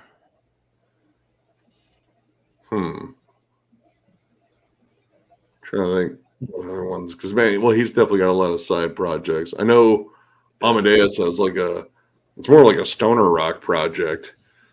I have a video on my channel of him. No, I do like Go Ahead and Die though. That new one's pretty solid. yeah. Number 11, Black Braid 2. It's good. Gotta check that out. It's really good. Like it's got a good chance of being on my list. They were so good live too. Exhumed, that's what I'm thinking of. Oh, Exhumed fucking rules. Yeah. Like no question there. They dude, they're so good live. Jesus. And the imagery they have. Dude, I gotta watch. Since the last time I saw him was outdoors, I gotta watch fucking raw sewage spit fireballs. Yeah, Yeah, like that guy can, dude, he can do that. that guy can growl. I did see in one of the old Impaled music videos spitting fire in a club show. Probably shouldn't do that now. No. Now Ross, he's got some of my favorite guttural vocals. Like Yeah. they're gross and I don't know. He seems like he puts a lot of work into them. Yeah. Absolutely. Let's see. Number 10, The Keening, Little Bird, is on Relapse. I don't know that one. There's a lot I don't know on this one. Yeah. It's just That's kind of weird. I usually think I have, some knowledge. All right, we're in the top 10 here. So yeah, Keening, and then Fantafaxith, Hive Mind Narcosis. I've heard people talk about this, but I have not jammed it. And I don't know. It seems like it's kind of in that same vein as like Blut aus Nord, which I'm that still this on the fence about. sound. Yeah, I have the new Blue Dust Nord album in my honorable mentions. It's a nightmarish hellscape. I mean, it's well done, but Yeah. I listened to that one. It's good, but not It's going to be on my terrifying. list. Number 8, Frozen Soul, Glacial Domination. It probably won't be on my list. Like Probably I like be it. an honorable mention on mine. I don't know. I think Matt Heafy's production came off a little flat and sterile, and it kind of lost the brutality that was on the first album, but it's still good. Number 7, Lamp of Murmur, Satyrian Bloodstorm. I've heard a lot of good things about that album. Like it's like the best Immortal album that Immortal didn't put out. Interesting. I didn't like the last Immortal that much. Like I thought it was okay. I liked it, but it's not going to be on my list. It's nowhere near as good as Northern Chaos Gods. Like Northern Chaos I was agree. ass. Yeah. Good album. Yeah. But I do want to check out that Lamp of Murmur eventually. All right, number 6, Panopticon. It's not out yet. The Rhyme of Memory, but I mean that definitely makes me want to check it out. I only have 2 Panopticon albums, and they're both excellent. So yeah, I kind of anticipate. One of them Kentucky. Let me actually see. One of them is it Autumn something? Hold on. Kentucky's good. That's a really good album.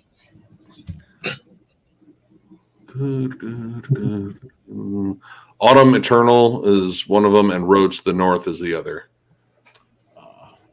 Autumn Eternal I love. Like there are some absolutely gorgeous melodies. The hand-picked guitar, and I think there's banjos on there too. Like, dude, he's so connected with the atmosphere. Like, it feels Appalachian as fuck.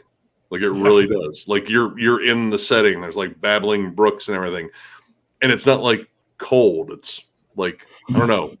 It's so inviting and so epic.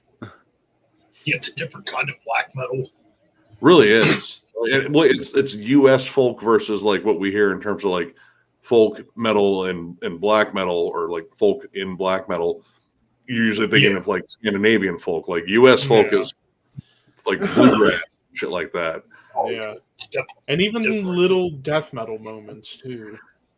Every now and then, Peppered in Most- there a little bit. I don't know. I get like some of it just kind of. I even called it. I think Appalachian enslaved at points. You know, it's just really well done.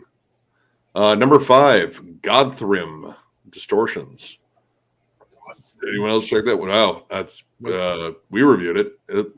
It's amazing doom metal, like epic doom, like Ooh, Check that. nice. kind of Candlemass-ish.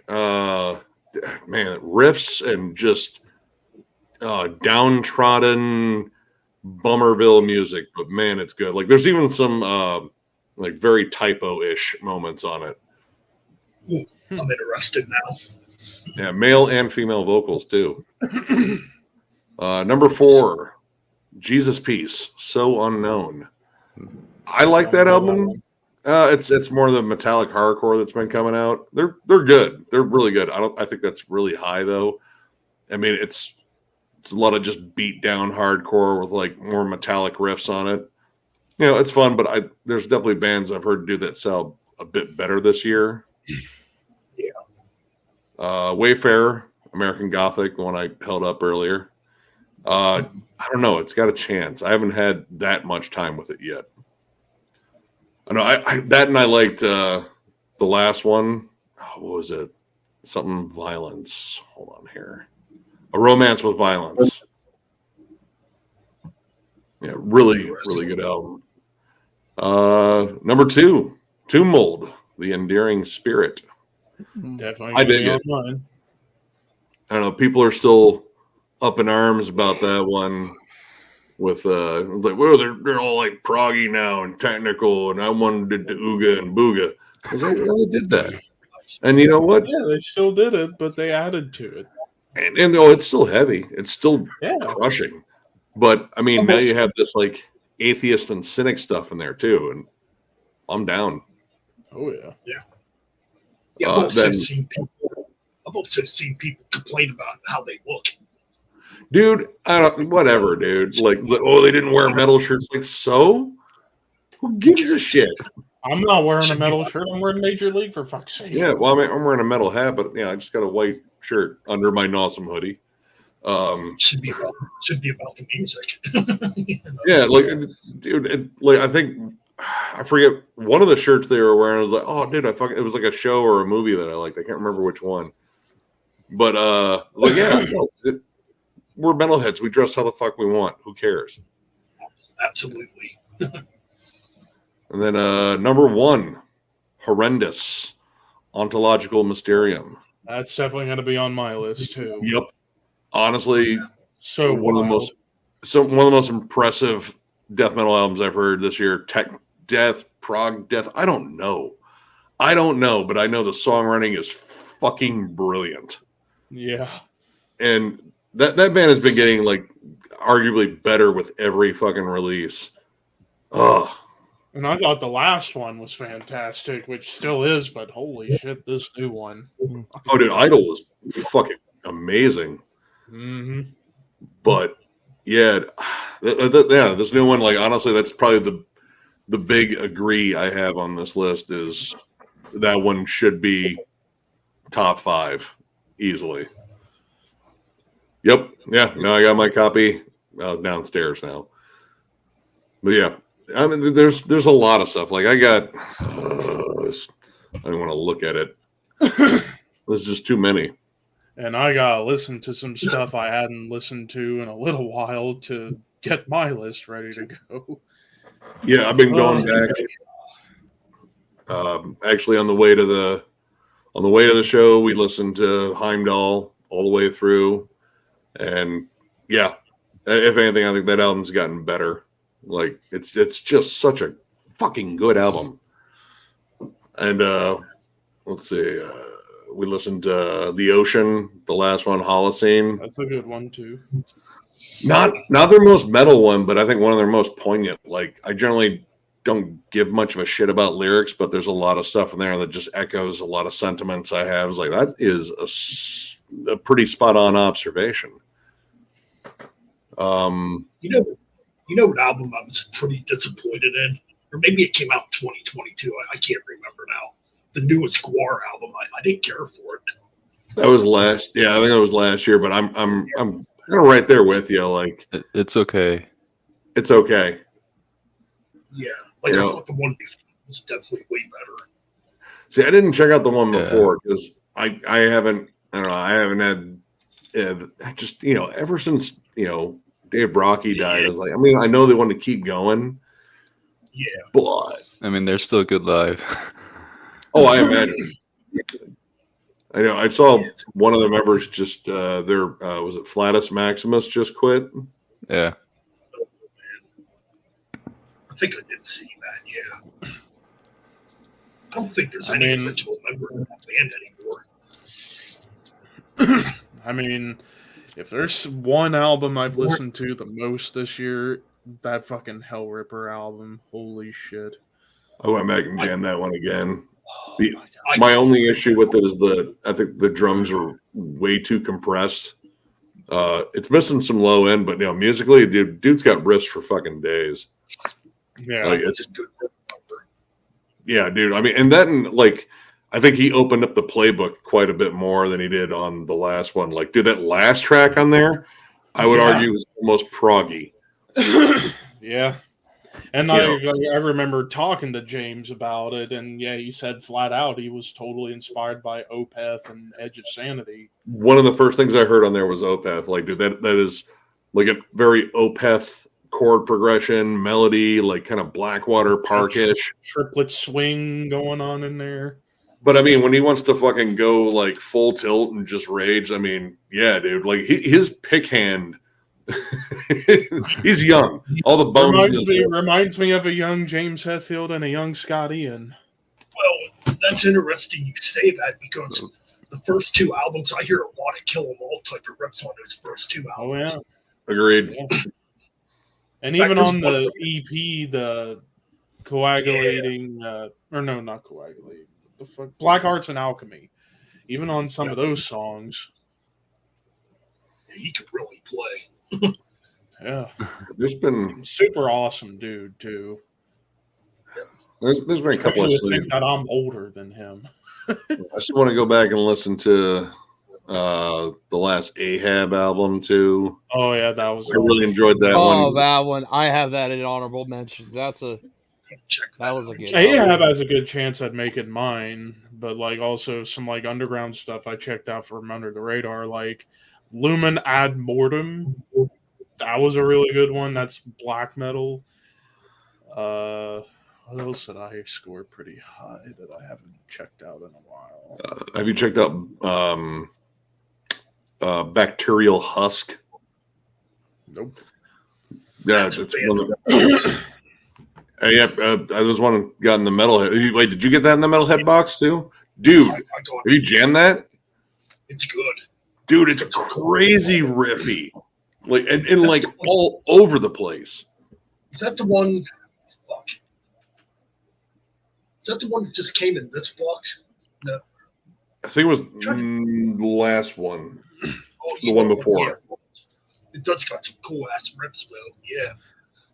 Yeah, dude, I ended up really digging that.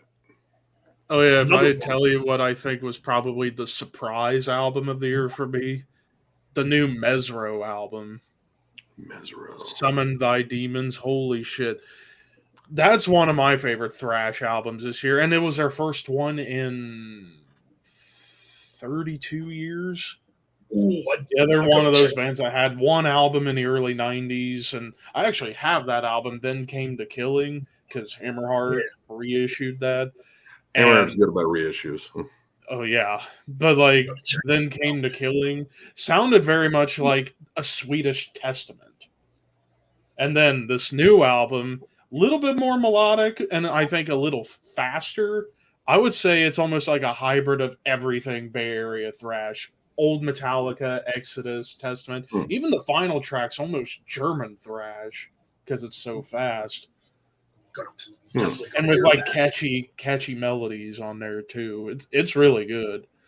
I don't have any like, big surprises. I mean, there's some new bands that jumped out to me. I mean, Black Braid is probably the big one.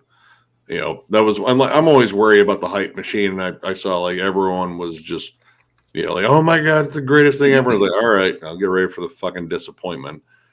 But then I jammed it, and I was like, nope. It's like now I see why. Dude, it's riffy, it's fucking epic. Dude, the songwriting is excellent. It's not by the numbers black metal at all, and the whole Native American themes that go in it, how it kind of it's mostly just heavy and just riffier than hell, but there's some really cool atmospheric touches on it, and they're amazing live, flat out amazing. I saw them with Wolves in the Throne Room,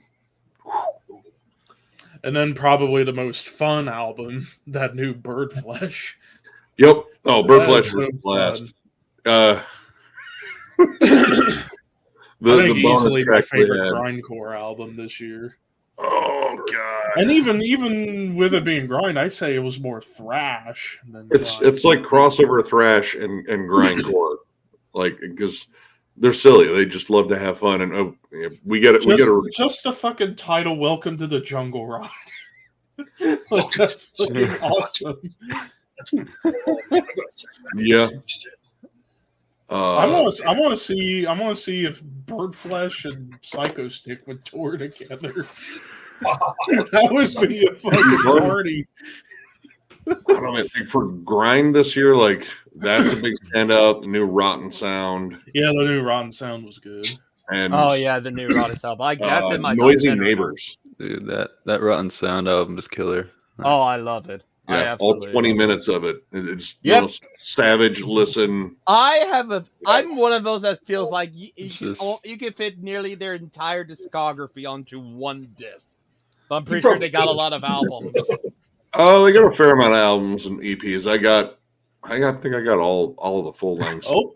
The EPs. Actually, going through my list, I found take what I said about Mesro as far as being the surprise. No, the big real surprise. That new Raven album was really fucking good. Dude, well, it's Like, I didn't expect it out of nowhere. It's like, oh, Raven's got a new album. Let's hear it. It's good. Holy crap! This is awesome. well, I mean, Oh, yeah. dude, It's really Mike Heller on drums. Like Yeah. he's like honestly, I think he's the one that like just pushes them even more. Is like, no, you got to keep up with me, old man. Yeah, and they do. They do. Yeah, because now you hear like hints of blast beats in Raven's music. It's all Blast blast beats and album. classic metal. And they're still able to riff over it and like keep up with him. Like Heller's a beast of a drummer. Like Oh yeah. it seems like he's permanently in that band too, which is good. Well, he was in Fear Factory, so he has to be. And Yeah, well, he was also the drummer on the last Psy album, which Yeah. was Shiki. Oh, dude, that drum performance is unreal. And I'm really going to check out the last few Psy albums.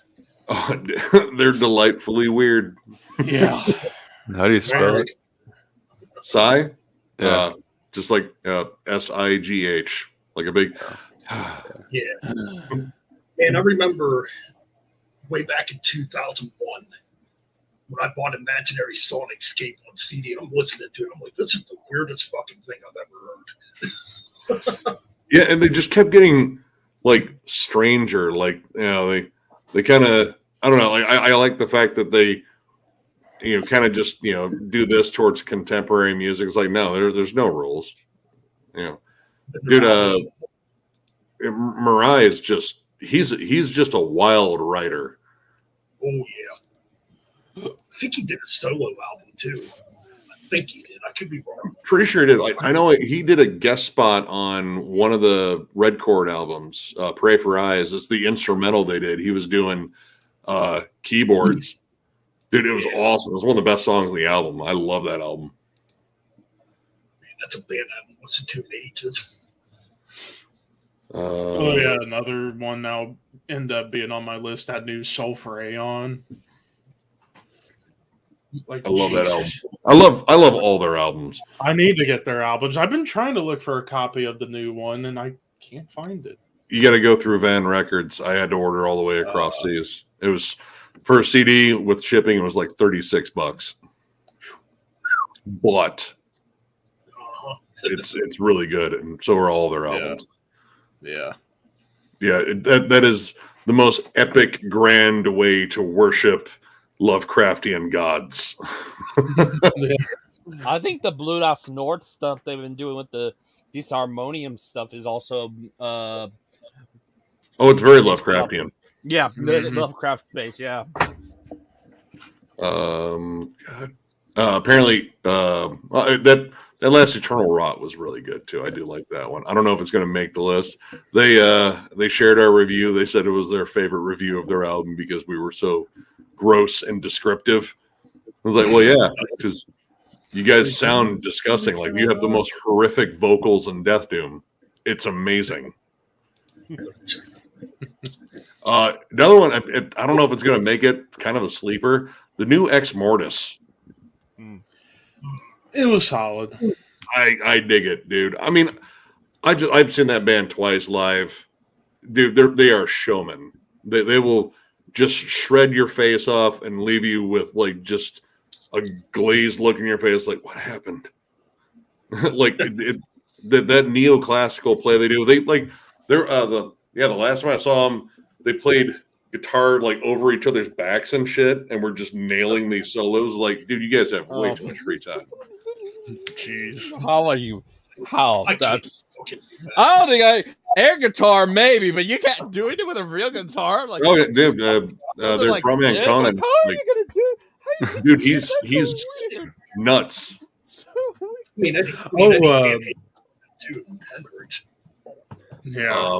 Well, actually, I completely forgot also a couple other ones, and they're both Irish. The new Primordial and Cruachan. I did not know the Cruachan was still around, honestly. And then still going. The Living and the Dead is the album, and man, they know how to pay homage to Thin Lizzy quite a bit. And there's even one song where they kind of get one section where they get death metal, even like almost like Morbid Angel, but occasional black metal moments. But I would say it's mostly like Celtic music meets classic heavy metal. I have one of their albums. I Like thought it was, Maiden and Thin Lizzy mostly. the new Primordial was really good. Oh, I yeah. enjoyed it. First time, in years, like I should check out this band. Ooh, look at this other band, and yeah, And now you have a mission to check out To the Nameless Dead, because that's a masterpiece. new Fossilization was really good. I really like that new Wretched Fate. Wretched Fate, I like that one, but if I play it right next to the first one, it's not even close. Like that first Wretched Fate is like the best Bloodbath album that Bloodbath didn't release. Honestly, dude, this has got a good chance of being on there. Marty's band, Glorious Dead. Oh, Yeah, I need to pick that up too. This is super good. It is good. I did check some of it out. And it's everything I love about old school '90s death metal. Cool. New Godflesh. I fucking love the new Godflesh. it's good. It's a return to the Godflesh that I really got to know, and that's kind of what I've been wanting, because I know he's been doing like the more atmospheric stuff for a while. I wanted, I wanted, Street Cleaner and fucking, that early shit. It seemed like there for a while too. They were really big on using like 8-string guitars. Yeah, I think he did. I think was it A World Lit Only by Flame was all 8-string guitars. I think. I think so.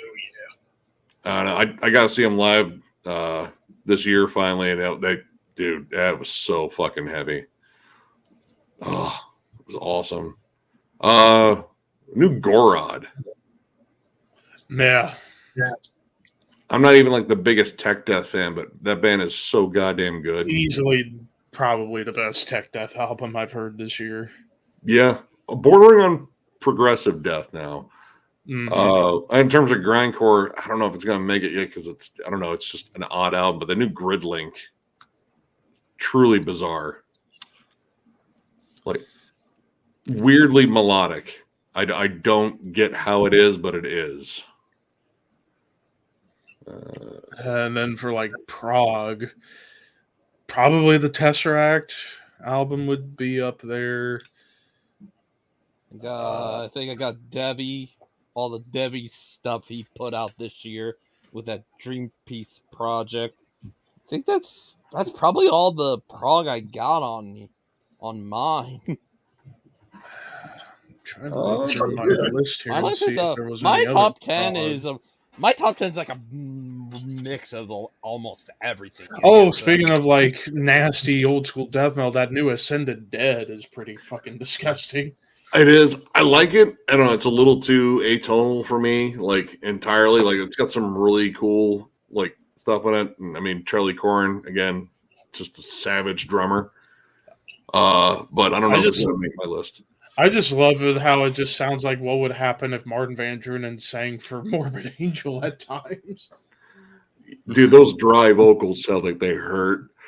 Yeah. Honestly, that host band, the one that's Gregor McIntosh and Nick Holmes doing like goth rock, like Sisters of Mercy and fucking like Depeche Mode stuff, might sneak on my list as a non-metal one.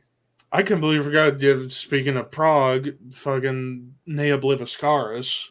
That's going to be on my list. I like that one. I don't think it's as good as the ones that I hold to like the gold standard, like Portal and oh fuck, Citadel.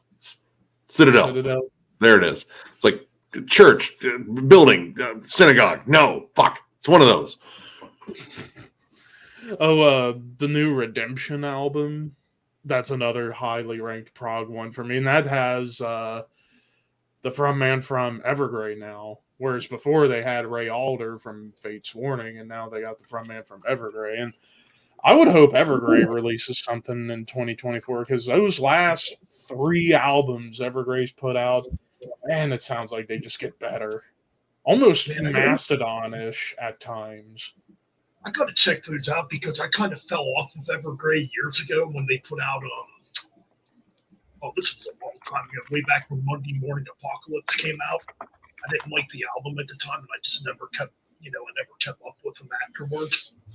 Oh, the last 3, The Atlantic, Escape of the Phoenix, and A Heartless Portrait, The Orphan Testament. Those are fucking great. Especially The Atlantic, like the song All I Have starts off with almost like a Mastodon riff because it's got that like heaviness to it and that melodic dissonance. Man, it's kind of unfair how they get labeled as power metal. It's like there's power metal-ish moments, but they're far more of a prog metal band than. Well, I mean, power prog is kind of its own thing. Yeah. But I think they're like way more on the prog side than anything else. And I'd say they've gotten further away from the power metal side and into straight up prog metal. Closer to Mastodon than, say, Symphony X. Right. Symphony X is on their own level. Here's one, Ben, I would recommend you check out because I have a feeling it'll be right up your alley. Invicta, Triumph and Torment. That's a solid one. I haven't jammed it enough to say it would be on my list, but it is like melodic, epic, intensely riffy, heavy thrash from Canada. I forgot this one. Speaking of prog, that Sermon album, that's going to be on my list. Oh, I love that Sermon album. I've jammed the dog shit out of that. Oh, here's a good one. I don't know if it's their debut album. The Pete Graveman album. Oh, dude, the Graveman. Yeah, I checked that one out. Yeah, no, it's great. I mean, fuck, dude, and that's another one that's on my list. And like, you're gonna make it or not? I don't know, but lots of like atheists and like Later Death. Yep. Yeah, that band is young. Like, I think they look like kids. Dude, they all. I mean, most of them are around like 20. I think the oldest member is 24. Really becoming heavy metal granddad. Yeah. Yeah. Oh. Be 45 next month. Yeah, our birthday. We have birthdays the same month, Nick. Oh yeah. Yay, getting older. Oh God, don't remind me. Next August I turn 30. Dirty 30. Dirty 30. How long we do there, kid? Tell you what, Yeah, the new Catatonia. The new Catatonia is definitely going to be on my Yes. list. I need to re-listen to it. Oh, dude, I've listened to that album. And that man, dude, those songs are so catchy. I love Joseph's vocals too. too. Oh like yeah, Catatonia. the new Outer Heaven I really loved. That's killer. I like that one. I don't know. It kind of blends in the pack, but it's still really good. I think I actually like it better than the last one. Mostly because they were trying different things than what they were doing on the last one. Ben, have you checked out the latest one from Knife? That's one I do need to check out. I've heard about it, but I definitely gotta look into that. Oh, dude, honestly, dude. I mean, if you're high on Hell Ripper, dude, this is the other band you need to check out, dude. It's so fucking good. What else? Oh, excuse me. Does anyone Static Abyss. hear no Kvelertak? I've heard of I've them. only listened to one album, and it was in 2016. And it was fun, but I haven't kept up with it. I love the new one. I mean, I love the last one too, but yeah, I'm just hooked on their weird blend of everything. I mean, Split was on my 2019 year-end list, so I don't know. And Endling's got a chance. They're just so fucking catchy. So many freaking things. And actually, on that note, I am getting a little woozy over here, so I'm gonna head to bed. So I'll see you all later. All right, get some sleep, man. Joe Boo needs a refill. Yeah, Take I've heard of it easy. Kvelertak, but I haven't listened to them. Oh, dude, Kvelertak's fun. Black and roll with like punk and hardcore and classic heavy metal and thrash metal and kind of sludgy moments too. It's I don't know. It's them. It's them. I don't know how else to describe them other than they sound like Kvelertak. Interesting. And everything they do is in Norwegian, so it's hell on saying which song you like because everything's got an umlaut on it. The new Memoriam has got a chance too. I mean, me being a giant Bolt Thrower fan definitely helps there. Should be good. It's another one I gotta check. There's so much stuff I gotta check out yet. I mean, this year, like they just the release frequency was ridiculous. Like it seemed like every week there were like 5 or 6 albums I wanted to review. I was like, dude, I don't have time for all this. There were some weeks where it was just like, dude, that's too many big releases. Like everyone's fighting for the same market here. Oh man, next year is probably gonna be the same way. I could imagine. I mean, God, there's already some stuff announced. I know next year we'll have a new Nile album for sure. Seems like it's been a while since Nile put anything out. Can't hear Ryan. Can't hear you again. Again, I keep muting myself. New Dream Theater with Mike Portnoy. Yeah, I'll still have James LeBray on it though. Yeah, What his else is there? vocals are sort of hard to get through. Yeah. Dude, he's losing his range. Like, and he's like, I know, like Jeff talked about, like the last time he saw like Dream Theater live, and so like, dude, LeBray could barely do anything vocally. I was like, dude, maybe it's time to give the job to someone else. Let him retire gracefully, because I mean, if he can't do it for these long sets, and let's be honest, there's no such thing as a short Dream Theater set. Speaking of Dream Theater, I just saw their original vocalist Charlie Dominici passed away. Oh, he did? Yeah. Yeah. Yep. 72. Yeah. I don't know. Fuck. He's that old. Well, he was the oldest guy in the band when he was in the. When he was in the band back in the day. Yeah. What else is there coming out? New Bruce Dickinson solo album. What else was there? Anthrax, I think. Yeah, Anthrax is on there. Let me look on here again. Wow, he was I 72. believe Izam, or however you. The guy Eson, from- Eson, he's coming back he has a new album coming out. I've listened to that single. It's like it sounds so much like Emperor. I gotta check it out then because I love Emperor. Oh, wasn't he an emperor? Yeah, Yeah. but it sounded so much like Emperor. Oh yeah, I was listening to this one band, Exit Eden. They put out a single with Marco Hitala. The Nightwish guy? Yeah. Never been much of a fan of Nightwish. I saw them in 2018. They were else pretty good. Yep, Eson. Oh, it's just self-titled. It's a self-titled. Oh yeah, Mick Mars, New What's up, Jumper Nate? Cowboy. Oh, shit. Hey, what's up, Nate? Yeah, Nate's been in here. Yeah, for I'm a waiting bit for now. that Mick Mars album. What else is on March? Yep, Priest, Firewind, New Dragon Force. Wankers. Yep. Yep. Say no more. We already know there's gonna be another Haunt album out in 2024. It's like It's how gonna be- fast can you? It's like how fast can you even play? Like, Who was gonna put out another album? I said Bruce Dickinson. No, Ben, who did you say? Oh, I said Haunt. 'Cause Oh, yeah. he has an- Dude.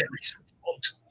I would like that band more if he got a singer, like a full on singer. Like everything else I think he does well. Like great riffs, great melodies, great leads. The songwriting's solid. I just don't think he has the vocals to carry what he's doing there. Like it worked in Beastmaker because it was more doomy and he had more filters on it and such, but Right. not so much with Haunt. Like I think the first album is the one that has like the best vocals on it, and then I feel like it keeps stepping down with each release. But dude's fucking industrious as hell, and the fact that he does all that stuff himself, more power to him. do you know who else does all this own stuff? Is Wolfgang Van Halen. Dude's good. I mean, honestly, I didn't mind that new album. I thought it was pretty solid. It's a couple of meh tracks on it, but for the most part, just good rockers. Yeah, I think my favorite is Optimist. Is that the? Oh, that was the Breaking Benjamin-ish one. I thought at least. Yeah, it's all right. I forget which. Actually, the opening track was, and the last track too, because it kind of sounded a bit like Coheed.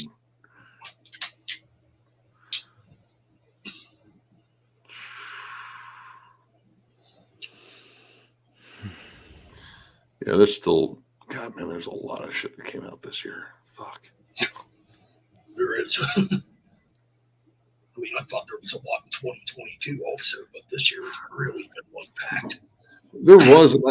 I didn't remember 2022 being this hard to like whittle down a list. Right. Yeah, I feel like there's been a lot of quality. Right. Plus, you had like all the big heavyweights putting out albums this year too, for the most part. Yeah, dude. I was pretty blown away by like wow, like all of my favorite old school death metal bands are putting out albums. I mean, well, Deicide is going to wait till next year, which is probably for the best, considering everyone else released one this year. It's like, no, this is a chance to own your own year. Absolutely. I heard Monstrosity is supposed to be working on something new. Ooh, that should be good. They don't have a bad album, in my opinion. So, Fuck, who's that other old school death metal band that put out an album? God damn, I can't think of what they're called now. I mean, Suffocation. Yeah. New this Suffo's one- good. I got to check that out too. Now this one came out, I believe, back in May. I don't know why I can't think of the name of the band right now, though. They're an old school death metal band. Like old school as in the style, or old school as in they were like old. They're an older band. Is it Vomitory? Yeah. Fuck. Yep. Yeah. All heads are gonna roll. Yeah. Fuck. Forgot about that one. This year. Yeah, this year Shit. was definitely stacked, man. Yeah, dude, like I said, this year I could make just a list of death metal easily. Can't really And think of a lot. Yeah, can't really think of a lot of thrash that came out this year besides the new Overkill and Enforced. yeah, those were the two that stood out to me. Outside of that, like I mean, that Invicta is really good. New Raider, it's pretty solid. I got to check that one out too. I keep hearing people talk about Raider. Shit. Outside of that, like yeah, most of this year has been a lot of death metal, black metal. Yeah, and like a bunch of just other stuff, like that Willhaven album against like hardcore, sludge, and like post metal, all wrapped up into one really dark package. Yeah. Oh man, that new Werewolves album, dude, they are so aggressively Australian. I love it. Here we got trouble in that review because I said cunt. Yeah, I don't really know any Australian bands. Oh, dude, you dive into like Australian metal, dude, you're gonna find a treasure trove of just nuts bands, like super heavy, wild bands, and some that are fairly well known in terms of like old school stuff, like Mortal Sin. Oh yeah. Yeah, The only one I know. their first album, Mayhemic Destructions. It's kind of like Australian Metallica. Yeah, they're good. Then you have obviously Mortification. They've been around forever.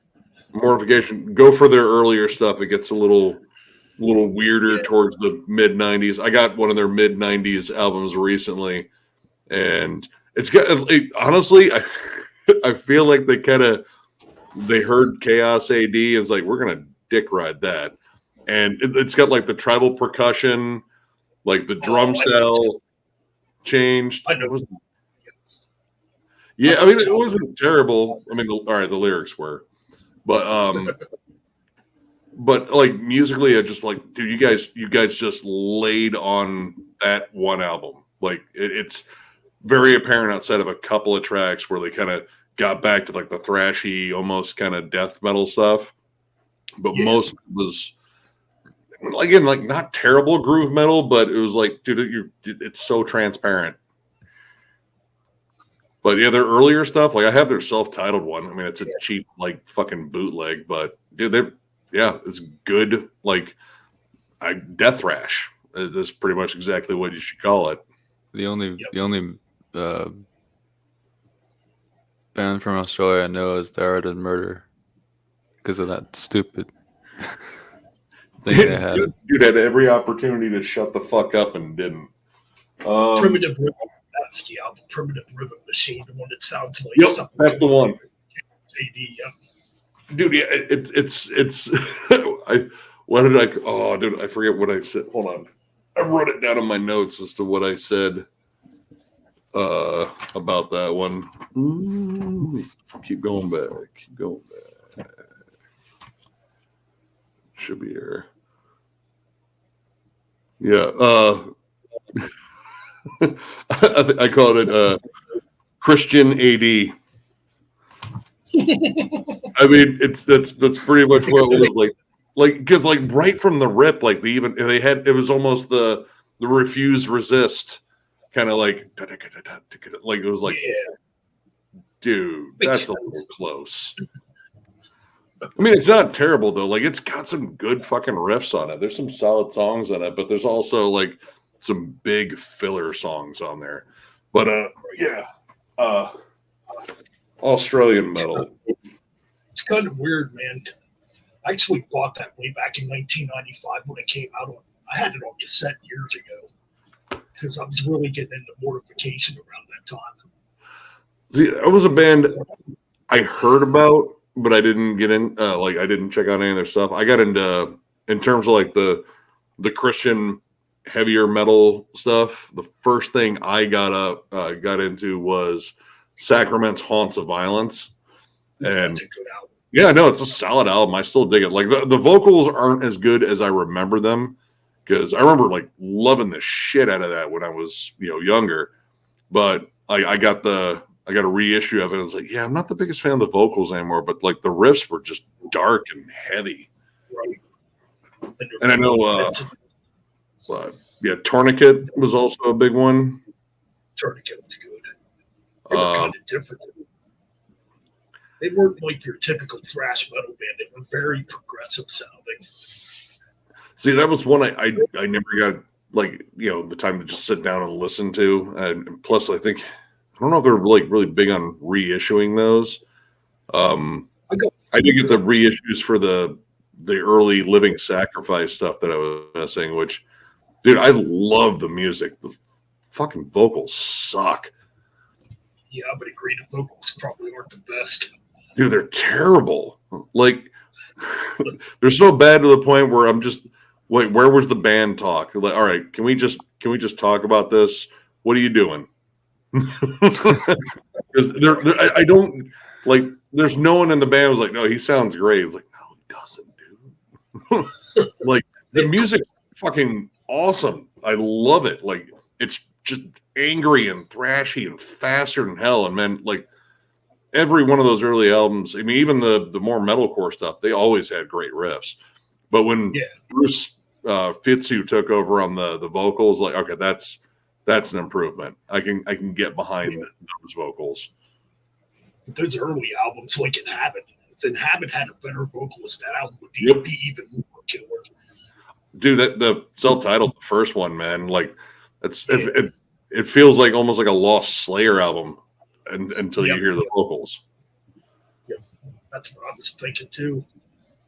Yeah, like he doesn't really add Tom Morello on that album. I don't know, like his voice already sounds like worn out, like which is weird because he was young, like he did all the vocal takes after jogging in negative 20-degree weather while smoking a pack of Camels or something. Like no, I'm not ready yet. I don't know. Like there are some vocals on albums where I just wonder, like, if the rest of the band heard it and was like, we're doing this? Okay. Any vocalist has got to be better than Barnes. Not according to Barnes, but apparently we get that next year too. Oh boy, that'll be. Oh boy, that'll be fun. That'll be a fun bad album to listen to. I mean, well, naturally he's talking it up. Like he's like, this is gonna be the best fucking thing. You're gonna want to suck my dick or blah blah. No, I know he's been saying like it's supposed to be good. Like they've had more time to work on tunes, and I don't know, and I have my doubts. I heard the last one, but I don't know. Like, I mean, he said it's gonna be the heaviest, most brutal album yet, and bet your Camel Corp suck my ass, and blah blah. All I know is alcohol may be involved whenever I get to listen to Well, apparently, according to what I've heard, he quit drinking and quit smoking weed. Which that makes it that's a more rumor. better. That is not confirmed. I guess Snoop Dogg's stopped smoking weed too. God, I hope he's all right. Like Barnes can quit smoking weed, but like Snoop, like, wait, hold on, are you okay? Yeah, I think Keith Richards has stopped smoking too. Keith Richards should have stopped doing drugs eons ago. Like, I don't know how he's alive. Otherwise, he wouldn't have fallen out that tree. Like, Between him and Al Jorgensen, like they're like rock and roll cockroaches. Like, yeah, we already Put fed Mick them Jagger. drugs. Put Mick Jagger in that group too. No, It's that's- like they're Cockroaches are like Paul Stanley. Another Well, I one, mean, he's been No. like clean and sober. I don't know. They're just busy, you know. I don't know, ruining the legacy of their band. another one who was pretty bad in his younger days too was Dave Mustaine. Oh, dude, Dave. Yeah, Man. he was getting drunk and high and stuff. And Oh, speedballs, man. Like that was his thing, dude. That dude loved amphetamines. You can find interviews on YouTube from around the time of So Far So Good So What, where you can tell clearly he's fucked up in the interviews. Oh, dude, you ever see the video for No More Mr. Nice Guy? The cover? Oh, he couldn't Yeah. function. Yeah, dude, he like a lot of the up close guitar shots of him doing the lead and shit. That isn't him. I forget who it was, but yeah, it's somebody else. Yeah, you can just see it in his face. Like, dude, you are fucked. Yeah, Nate. Yeah, that's and they also have that incredible bassist too. I forgot what his name was. Oh, dude, Yeah. he's the bassist from Brain Drill. Yeah, but Jeff Huggle. Yeah. Great bassist, but I'm like, He's got a great one. they are like it's like I remember you said in your review, well, hopefully the paycheck clears. Yeah, as long as the paycheck clears. I mean, Lord Marco is a beast of a drummer. There was someone fucking talking shit about Lord Marco in one of the comments in the videos or something like that. It was like he's a mediocre drummer. It's like, you've never listened to Brain Drill. Shut up. Brain Drill. That's almost too tech. That's almost too tech for me. Remember the first time I heard that, I'm like, how the fuck are they playing like this? Just like sweeping arpeggios, just fucking blasting Yeah. it all through it. It's batshit crazy. Like, I mean, like that was my limit right there. It's like, all right, you guys like took like the old Cryptopsy formula and just, like, no, let's amp it up. Let's take fucking Cryptopsy and feed it nothing but speed and fucking cocaine. But I mean, like, yeah, saying like Barnes has like such a solid band behind him, but they all have to fucking punch below their weight because Barnes, I think, is still writing the majority of the music. That's why it's basic, 4/4 time riff rock and like, yeah, like, Savage, right? It's like, yeah, we played this riff like 3 albums ago. I think Yeah. I think he really started getting bad in the mid 2010s. I'm starting. Yeah, I think after it was the Unborn Undead thing, he did start kind of going downhill after those. I mean, I heard a lot of people talk about Unborn Undead. Like, it was like, oh, they're like legit really good. And it's like, yeah. Oh yeah, they are. They are. Well, I mean, they got Rob Arnold from They got Chimera on guitars. That dude's a solid guitarist. Kevin Talley on drums, I believe, as well. Yeah. And Yeah, that's after. It was after that. It's just like it went downhill after those. see, all right, like I only own Haunted. That's the only 6 Feet Under album I own. I think it's okay, but every time I listen to it, I feel like I could just turn it off and put on Obituary, and I would legit get the same thing. Like, Yeah. it's because I mean, well, it was Alan West writing all the riffs, Oh. Yeah. and First of all, Tardy's a better vocalist than him. oh yeah, no, that's not even close. It's not even close. Tardy wins that one by like a planet. I realized both 6 Feet Under and Obituary have an artist in common, Terry Butler. Well, Alan West too. Alan West. Yeah, used to Alan be- West and Terry. Yeah, and Terry Butler. But he was like, honestly, I feel like Haunted, he came in with a lot of riffs that he was probably working on for Obituary, and Barnes like, yeah, those will work. I don't know, like for me, like 6 Feet Under has always been just like an all right band, and him even thinking that it would compete with Cannibal Corpse. Yeah, no. No. Even on some of those albums, even I think Like a which it's one like was a watered down Undead? version. I think it was Undead. Which one was the 2012 version for Six Banner? Was it Undead? I don't know. I didn't buy it. Yeah, but it's the same year that Torture came out, 2012. And I mean, I liked Undead. It's like Torture from Cannibal Corpse. A little bit better. I don't know. Barnes is just going to continue to do what he does, and I mean, I'm going to review the new one. I have to. Let's. Yeah, you and a lot Actually, of all those others are going to review it. I'm going to be like, It went down. It's not our most viewed video anymore. The Cannibal Corpse ranking is. Are we talking about Unborn, Ryan? oh, which one was the 2012 album? Undead or Unborn? Because it might have been Undead. Or that Undead was, was, 20 yeah, Undead. Yeah, Unborn was 2013, and I reviewed that a few months ago. Yeah, but there's no comparison. Yeah, Not even close.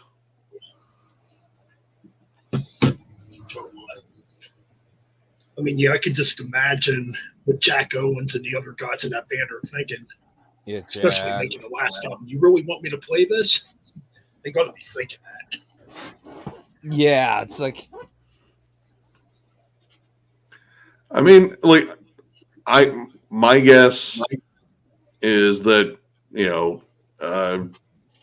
Jack he's an old buddy. Yeah. So I mean, maybe I'm sure like he wants like some creative input and so wants to do some fun stuff, and this is an avenue for it. Yeah. But at the same time, it's like, man, like he's got to kind of know. It's like, yeah, dude, this band, they have their fans, but yeah, like you kind of got to know that you're slumming it just a little bit. Yeah, because I think when it comes to death metal, they're probably behind Cannibal Corpse, probably the second biggest selling death metal band. I think the last I saw, they were the fourth highest selling death metal act. Oh, fourth. I mean, that's still way higher than it should be. It's in the top 5. I don't know. Like, I mean, their fans are passionate. I still get love letters from them every now and then on that review. Like, there are certain bands where, oh man, dude. Like, I haven't heard any from the Sleep Token fans in a while, but the Periphery fans let us have it. Yeah, there were a couple of like really mean-spirited Helmet fans because I mean I love Helmet, but I didn't like that new album. Yeah, that's another one I haven't even checked out. I didn't even know they were putting a new album out until I saw it. Honestly, it's pretty skippable. Like, I those first 3 Helmet albums were huge for me. Like those were high school jams, dude. Meantime, I fucking love that album. Yeah. And Betty's awesome too. Strap It On. I even like, a good chunk of Aftertaste, but everything after has been really hit or miss, and mostly miss. And this new album kind of falls into that. There is, I think it's a Coltrane, a John Coltrane jam at the end. Like they do a John Coltrane cover, and a lot of people forget that Page Hamilton's a jazz guitarist. Like he was trained as like he learned how to play jazz guitar before he did anything else. And I watched like a whole thing about him. So yeah, he was, really good at it. And then he said, like, yeah, I kind of got into this whole like hardcore thing, and I really enjoyed that. And I really wanted to play just some basic, gnarly sounding riffs. And so I chose to do Helmet and disappoint my guitar teachers. Yeah, here's another thing. He used to date Winona Ryder. I did not know that. Yep. That's yeah, Paige Hamilton and Winona Ryder were a thing for a little while. Damn, I never actually knew that. Oh, even not Dan Spitz. Frank Bello was in Helmet for a little bit. Yep. He was on Size Matters. Yeah. With like a year. Yeah, they had John Tempesta on drums on that one too. Yeah. I don't think I ever listened to that album. Size Matters was all right. Like there's some good songs on it, but there's also some just like bland songs in there. And honestly, everything after that, including this new album's just been kind of meh. Like, and the thing I really just don't get is, especially on this last album, like super clean production. And Helmet needs to sound dirty. I agree. Yeah, like I love the sound of those early albums when it was kind of gritty and very squealy.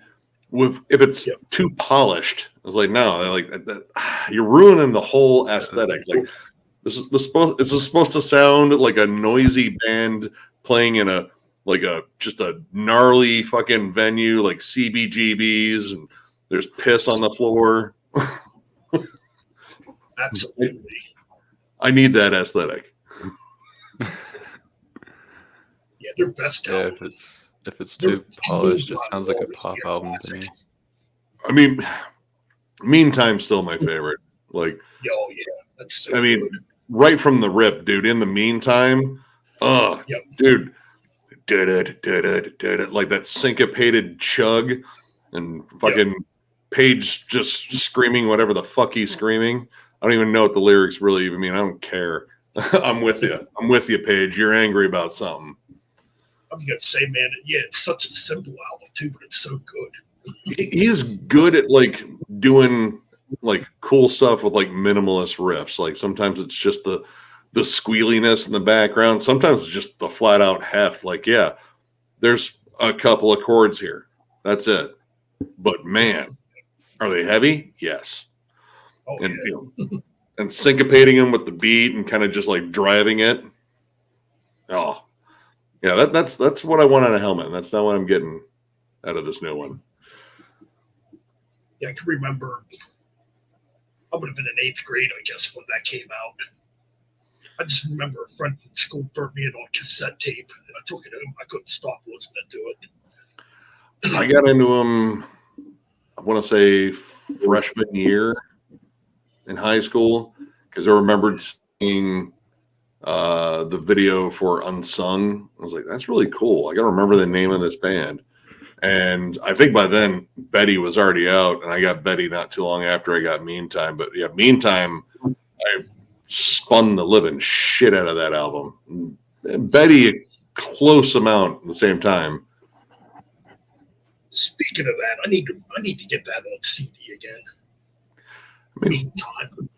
Oh, Meantime's great. I think they've reissued it. There might be like I don't know. It doesn't need a remaster. Like, leave it alone. Like, the only thing is maybe like, you know, I kick up the volume on it just because it is a little bit muffled, but like the production for what it is perfect, dude. The drums have like that snare has like such a relentless snap to it. Yes. Yep. That's what I love about it. God, Just the rawness of it. is that a Terry Date one? Now I'm curious. I think it is. I Let me think he look did at produce that album.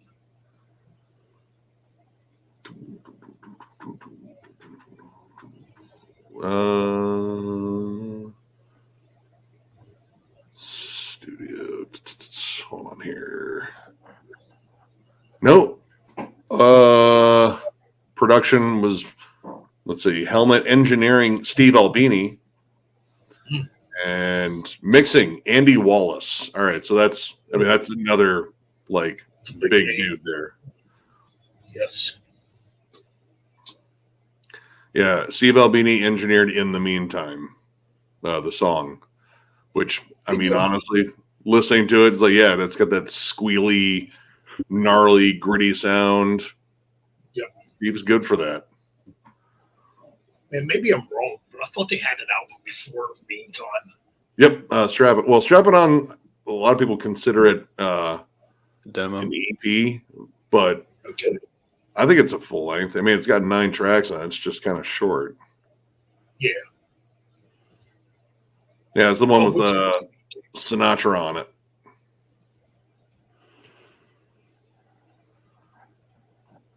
Yeah, it's a good album.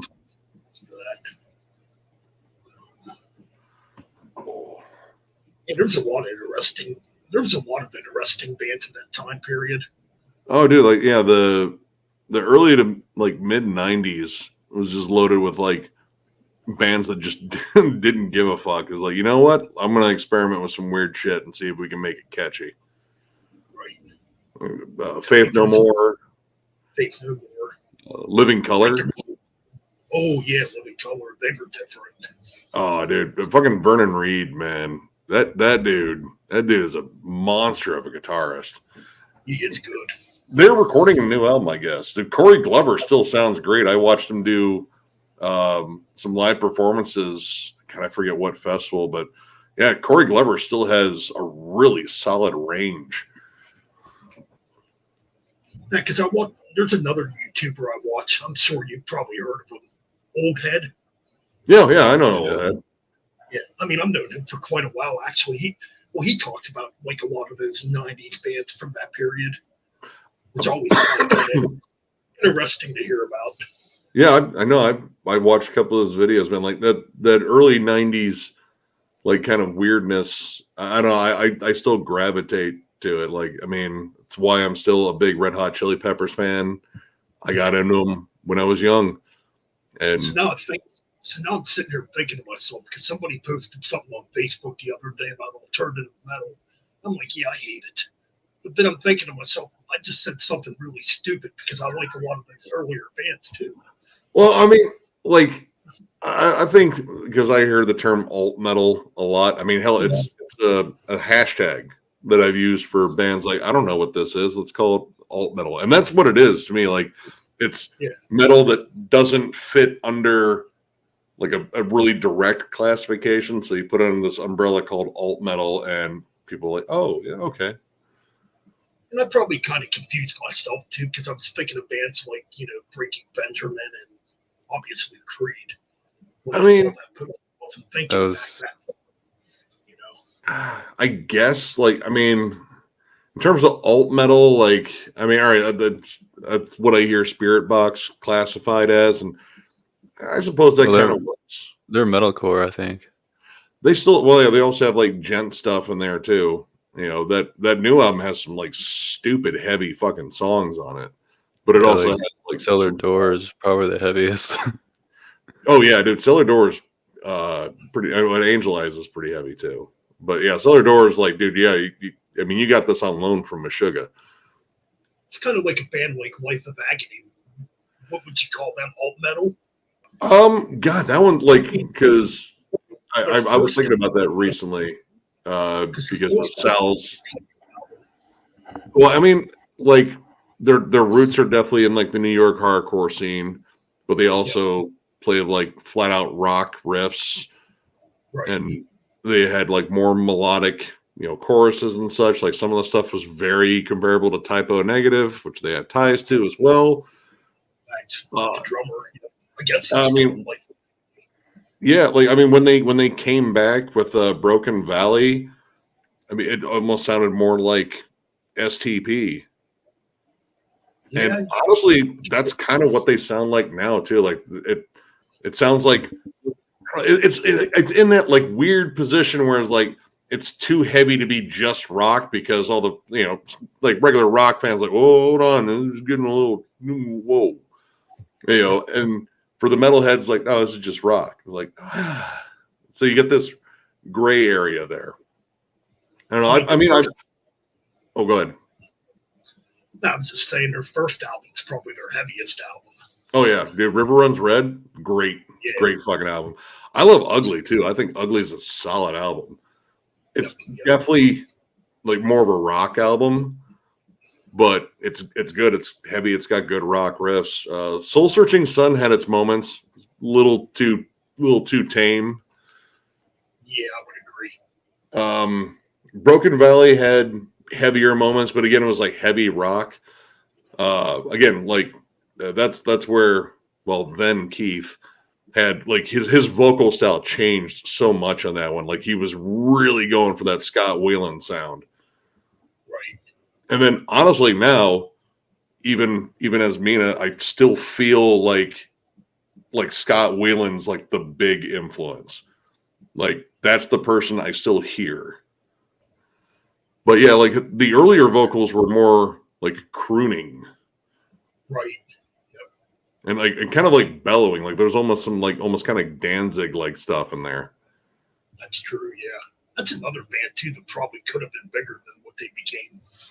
Yeah, I mean, they definitely took their shots at like like bigger, like singles and such like that. But it didn't connect, and then the band kind of fell apart.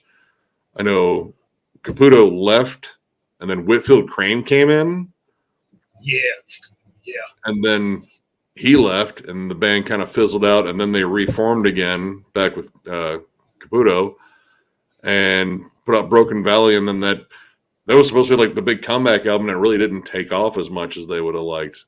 But apparently the last album they put out like really took off. Like it had some like singles, and it's weird looking at the metrics now because they measure it in streams rather than album sales. Like, we're from a different generation. But apparently they had some singles that had like millions upon millions of like streams. So and he also coupled it with the documentary about like, well, kind of the whole band history and everything. I think it's on Tubi. But yeah, it seems like they're doing pretty well. I mean, I don't know anymore. Did you see that Sal Abrascato video? No. Oh, dude, you want to hear a rant, man? Sal, old drummer of Typo Negative, old drummer of Life of Agony. Yeah. He is pissed.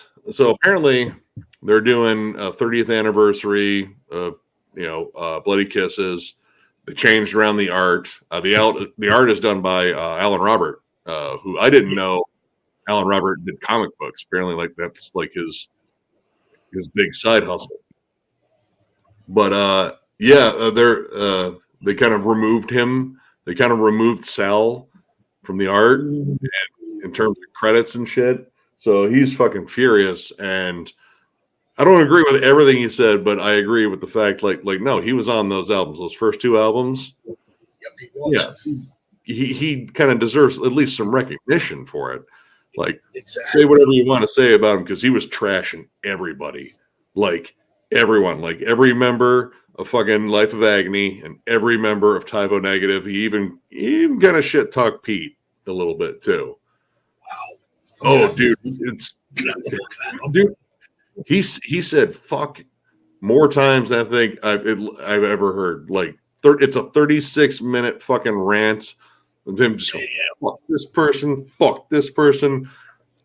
thick New York accent the entire time. Ooh, I mean, it's ugly. I could see why he's pissed off. I mean, I'd be pissed too. Yeah, and he all right. Well, I think it was 2019. He got kicked out of Life of Agony because he and Mina had some beef, and I don't know. Like I've heard either side of it. Both of them sound like I don't know. Like there's probably more going on there, but they had some beef, and he got kicked out and got replaced, and he was pissed about that. But he was also working on this pale horse named Death Thing anyway, which he had Johnny Kelly in. And he even shit on Johnny Kelly. He was like, yeah, and I get replaced in Typo Negative by the guy that was my drum tech. You're not a fucking friend. I was like, whoa. Oh, dude, it's I mean, it's on YouTube. It's on Lambgoat's channel. I watched the entire thing, all 36 minutes of it. Just like, all right, who else is he gonna fucking talk shit about? Because man, this dude, like he pretty much said that Kenny Hickey was a shit guitar player and Pete had to do solos for him. Said Pete was a mama's boy. It's like, yeah, the reason why I left Typo, it's because we never toured. And Life of Agony wanted to tour, get out there. Pete wanted to stay home, and anytime we were touring, he was always bitching about it. I was like, fuck, dude. I mean, yeah, dude, like everyone, dude, he fucking trashed Alan Robert, trashed Mina. God, man, who else did he fucking talk shit about? Yeah, Joey, the guitarist for Life of Agony, shit talked him. Dude, everyone. And he also said that because they have more connections in the business, that he's being shadow banned and shit like that. You know, I don't know. Like, there's probably more to it, and I don't think this video will be the end of it. It might go to court in terms of like legal shit. Because I mean, if he's got, you know, like again, I don't agree with all the shit he was, you know, talking about people, but he deserves credit for the albums he was on. Like, Absolutely. you know, I mean, there's tons of shit people that are on albums I like, but it's like, yeah, they played on it. You give them credit for playing on it. Exactly. You know, they didn't rub out fucking Varg's name on fucking you know, D Mysterious. Like, no, he's on there. He's a piece of shit, but he's on there, and yeah, he gets credit for that.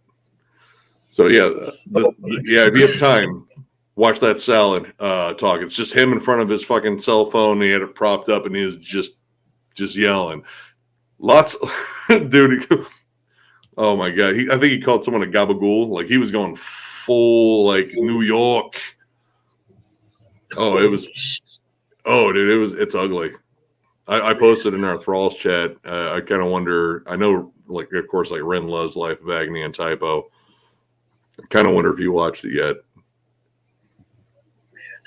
I'm gonna look that up. It's ugly.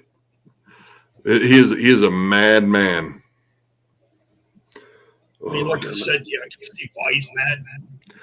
Maybe not go after everybody.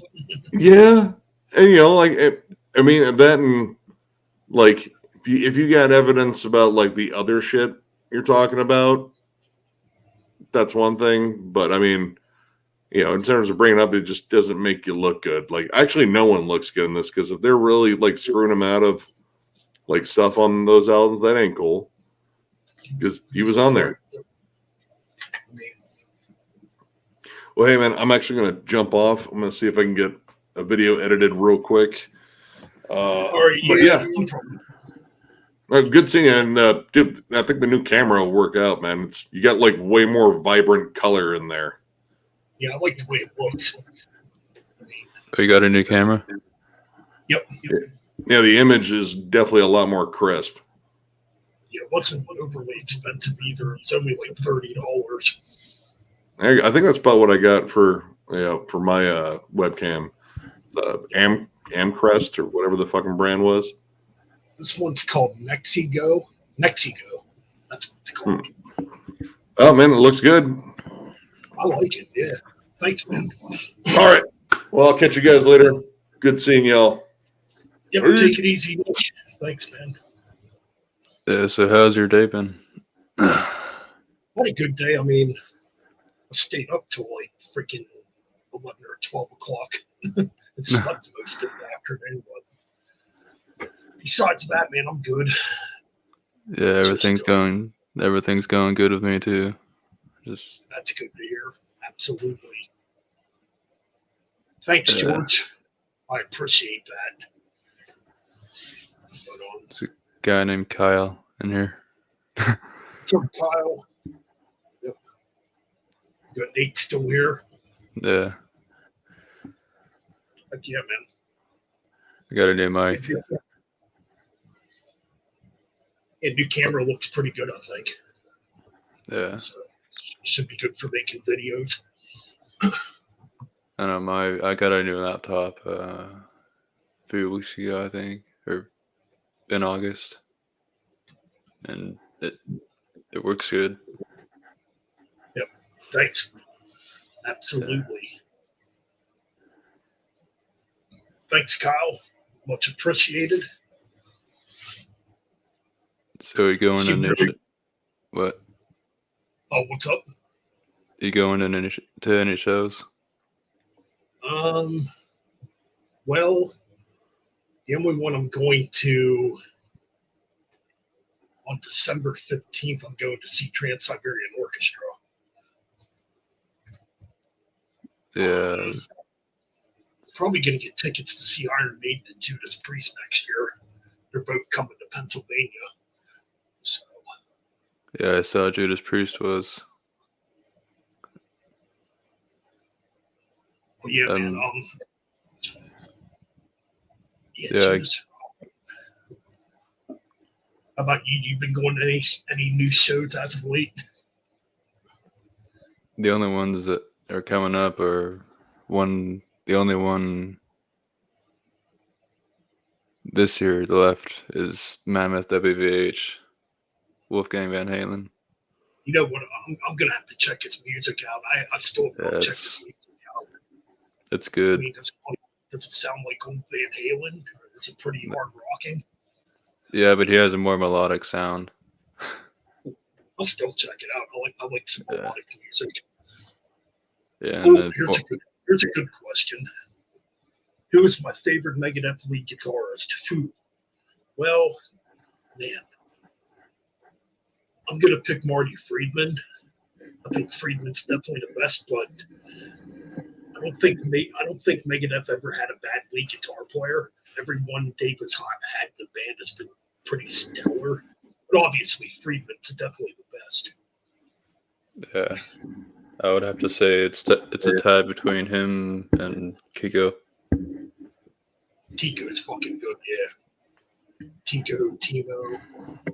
Well, they had the guy from Winter Sun fill in when I saw them. Yeah, I honestly couldn't really tell the difference between him and Timo's playing. They both sounded pretty similar. He was good though. I mean, he played everything. He played everything like it was on the album. So I mean Chris Poland is okay, but I'm not really into shreddy stuff. I like Chris Poland's unique playing. He has a very unique guitar style.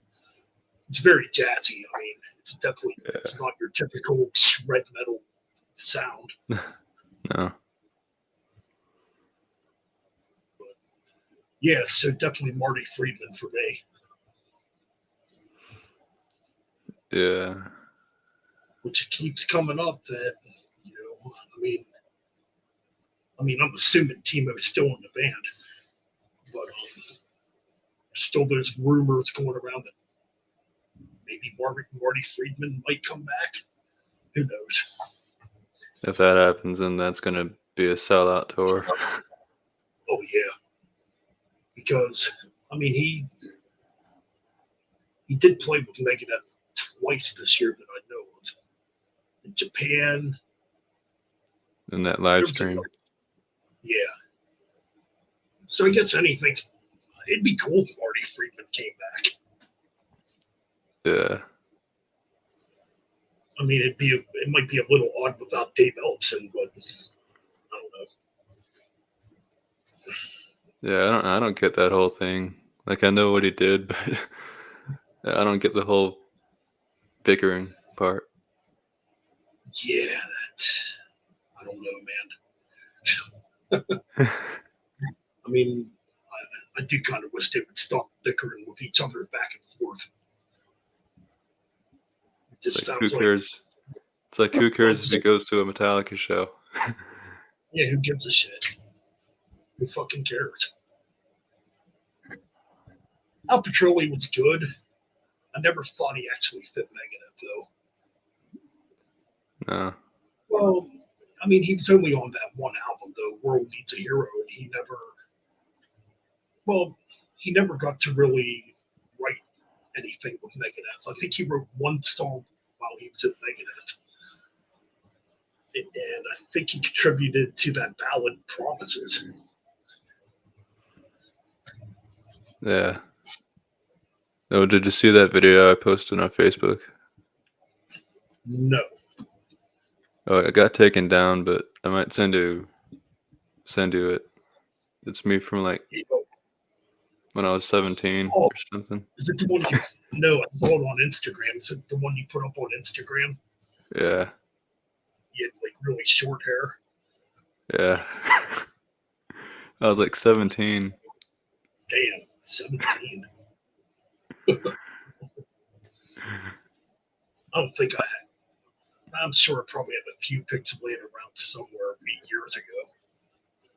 Yeah, Mike saw it, but In fact, I know I have old band photos of Holocaust from like 2009, and I should probably post them on Facebook or Instagram or wherever.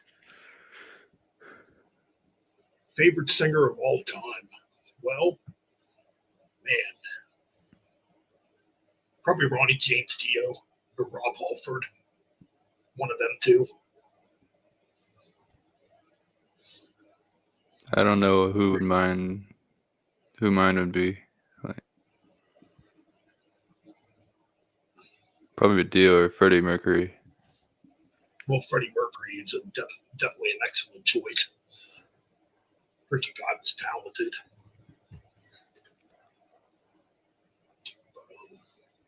And Hetfield back in his day.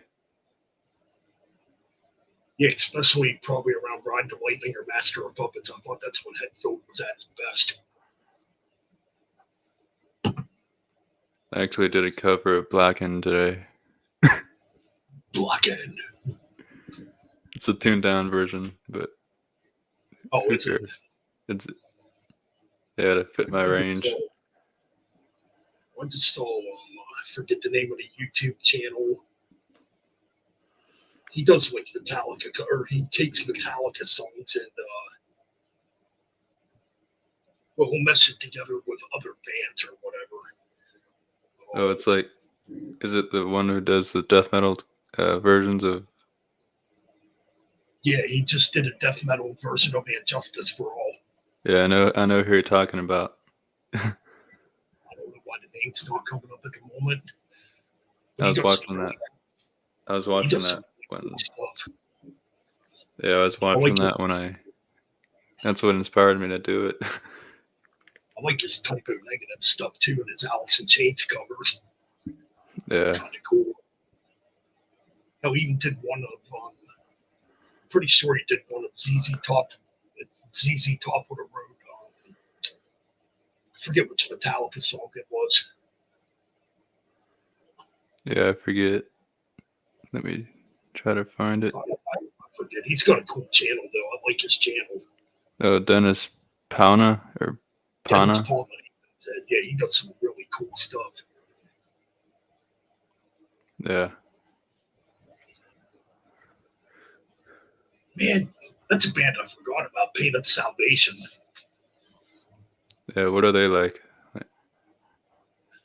Progressive metal. They're quite different. They don't sound anything like Dream Theater. I don't know how to describe their sound. It's very different. They're not like a Dream Theater clone band, you know. Yeah, their sound's kind of hard to describe. It's different.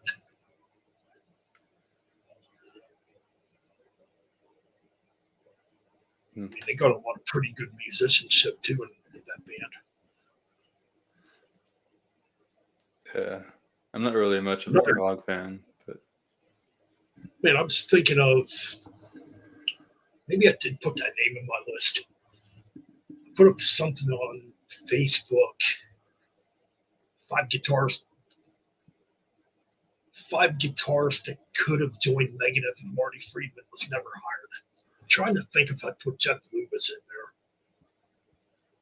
I don't remember if I did or not. all right, Nate. Nate's out. Hey, take it easy, Nate. Thanks for stopping by, man.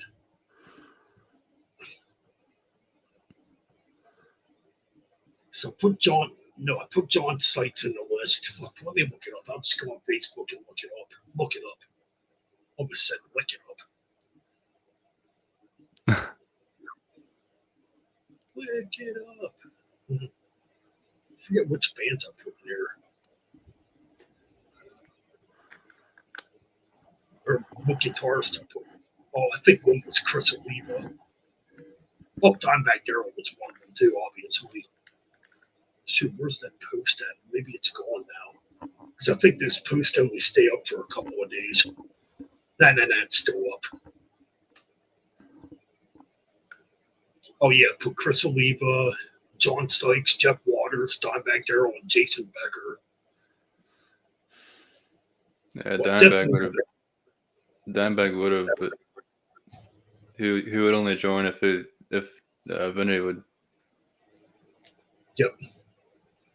So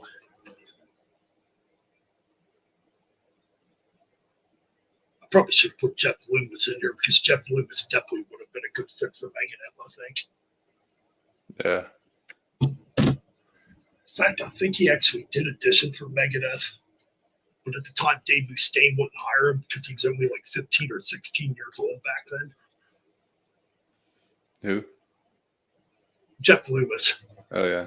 He did audition for Megadeth around the time of Rust in Peace, but Dave thought he was too young to be in the band. Yeah. No, I get that. So, I mean, yeah, I guess I mean, I'm not opposed to hiring somebody younger than me in a band, especially if they're going to bring like energy to an old guy like me. You know, it's like, yeah, fucking, if you can play, why not? Yeah. I don't think I'd hire like a 19 or 20-year-old. That's kind of too young. But I'd probably hire somebody around 30. Yeah. I mean, as long as they bring energy. I mean, look at Richie Faulkner. He's much younger than the guys at Priest. Figure well, yeah, because Richie Faulkner's still in his 40s. Yeah. You know, the other guys are definitely in their 70s. Well, I think Scott Travis is still in his 60s, but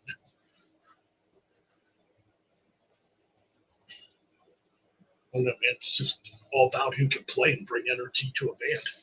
Yeah, he's 43. Mm-hmm. He's still pretty young. They're in their 70s. Well, Glenn Rob Tipton's Halford's probably like 72. 60s. Oh. Matt Halford's 72. Pretty sure Ian Hill's around 72 or 73.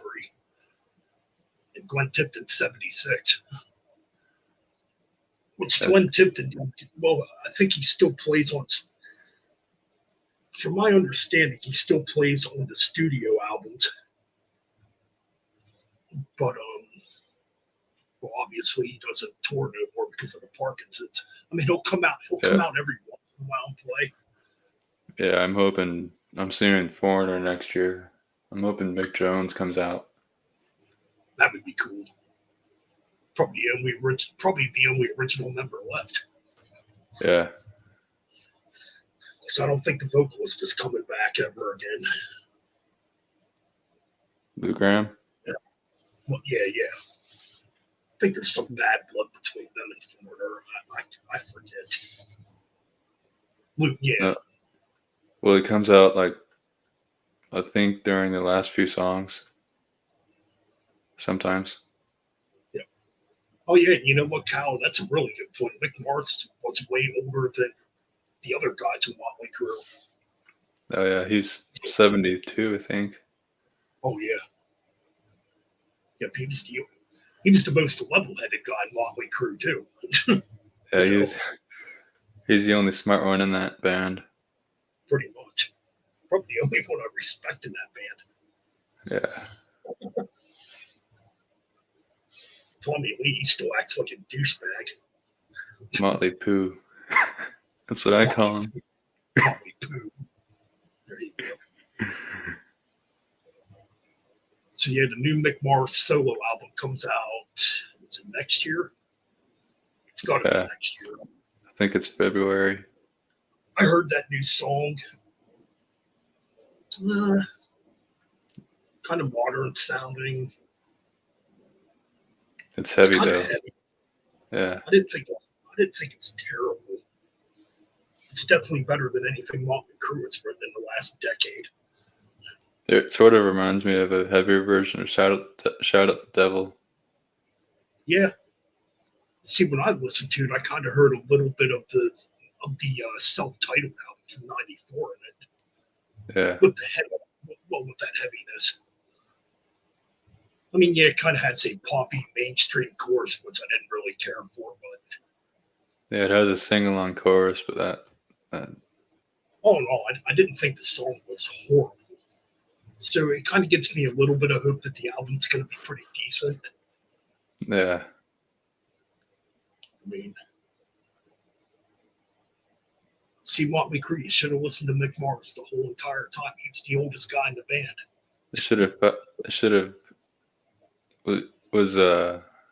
You were around back then. Was Vince fired, or did he leave? For which album? Before you talking about when Karabi Before- came in? Yeah, when Krabi came in. From my understanding, I heard he was fired. They should have fired him again. You tell me about it. Yeah, just get Karabi back. But then again, the tickets, nobody would fucking buy tickets though. Apparently, Krabi and Nikki don't get along. Well, I can see why, because Nicky denies that period of the band. He acts like it don't exist. Yeah, it's like Pantera. They hate when they talk about the. I mean, Def Leppard does it too. They never talk about the On Through the Night period. No. They act like On Through the Night never happened. I I hate mean, when bands do that. It's like you made the album, just talk about it. Why are you ashamed of it? well, I could see why Pantera were, because they're quote unquote macho. Well, yeah. I mean, who knows? Yeah.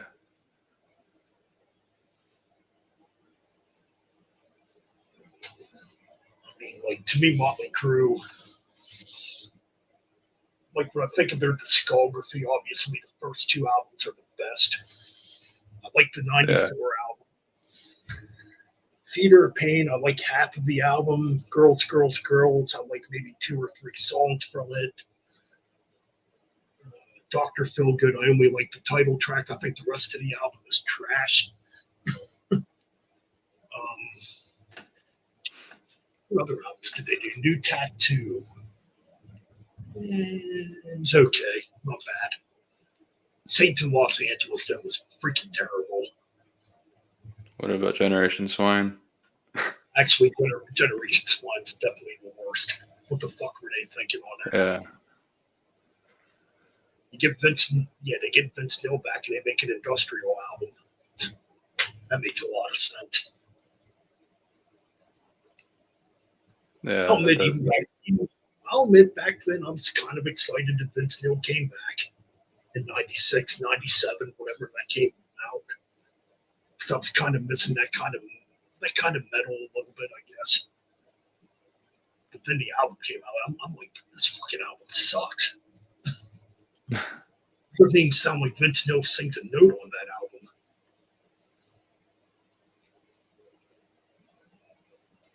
Yeah, I'm not too much of a Motley Crue fan. Like, I only like the first 2 albums. Oh yes, I still play the first 2 albums the most. I mean, if they would have stayed in that style, they would have been a pretty cool heavy metal band, I think. Yeah, if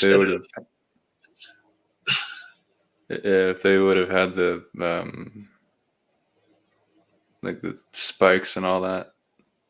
Yeah. Fucking Shout at the Devil, that's a masterpiece.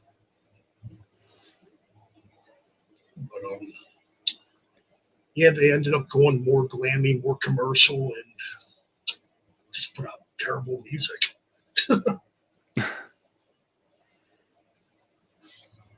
It's chick rock, man. It's chick rock, man. You gotta write for the chicks. It's like Bon Jovi. Oh, don't even get me started on him. Not one good album. Yeah, It's funny. It's funny. I have one Bon Jovi CD that I can actually kind of tolerate. That's 7,800 Fahrenheit. Well, the first album it's all right, but after that, everything just got stupid. I think the only 2 albums I have of them are the first one and Slippery When Wet. Which I admit, when I was a kid, before I really got into metal, Me and my cousin used to listen to Slippery When Wet all the time when it first came out. He bought it on cassette tape. We listened to it. I thought it was cool at the time. I Yeah. was just a kid. I didn't really know any No, I wasn't listening to the Modern Marth either. better. So, Modern Mark wasn't even around yet when I was a kid. no. What's your favorite track on Shout at the Devil? Mine is Knockin'. That's a good song, Knockin' Dead Kid. Isn't Bastard on it? That's a good song too, yeah. Red Hot, that's a fucking killer track. It's pure speed metal for Motley Crue. Favorite song on that album though, holy shit, that's a tough one. I think every track on that album's good. Favorite?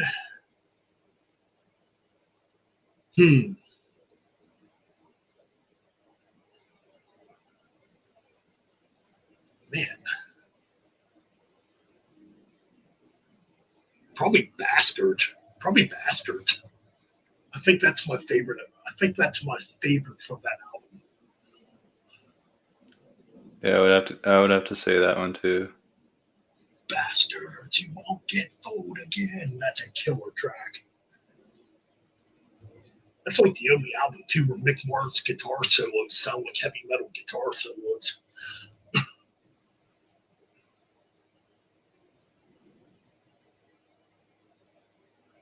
Because after that, his guitar style just got very basic and bluesy.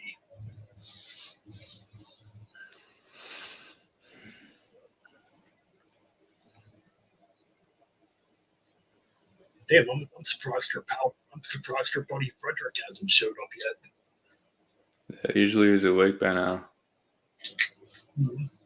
Or It's probably in here. time is it? Oh shit! It's over 2:34 here. Yeah. Yeah, that sounds late, but to me that's early because I'm up all night to begin with because of my job. Yeah.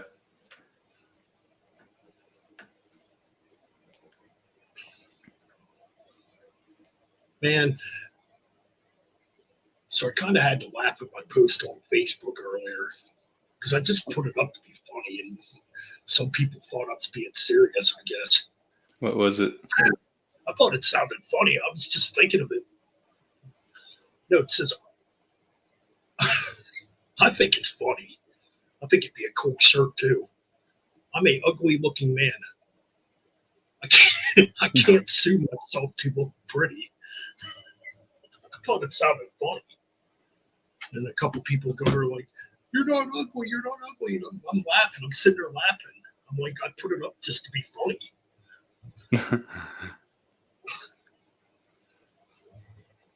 It's like, come on, people, laugh a little.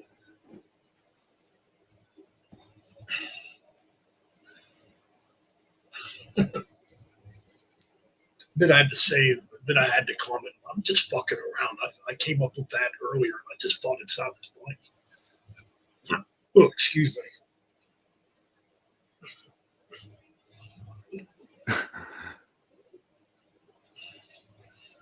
So we did have an album that celebrated its 40th anniversary, I believe, a couple days ago. Bark at the Moon. Oh yeah. I kept seeing stuff about that, but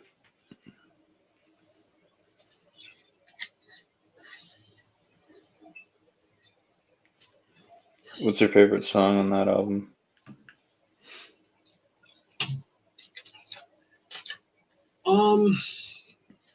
For me,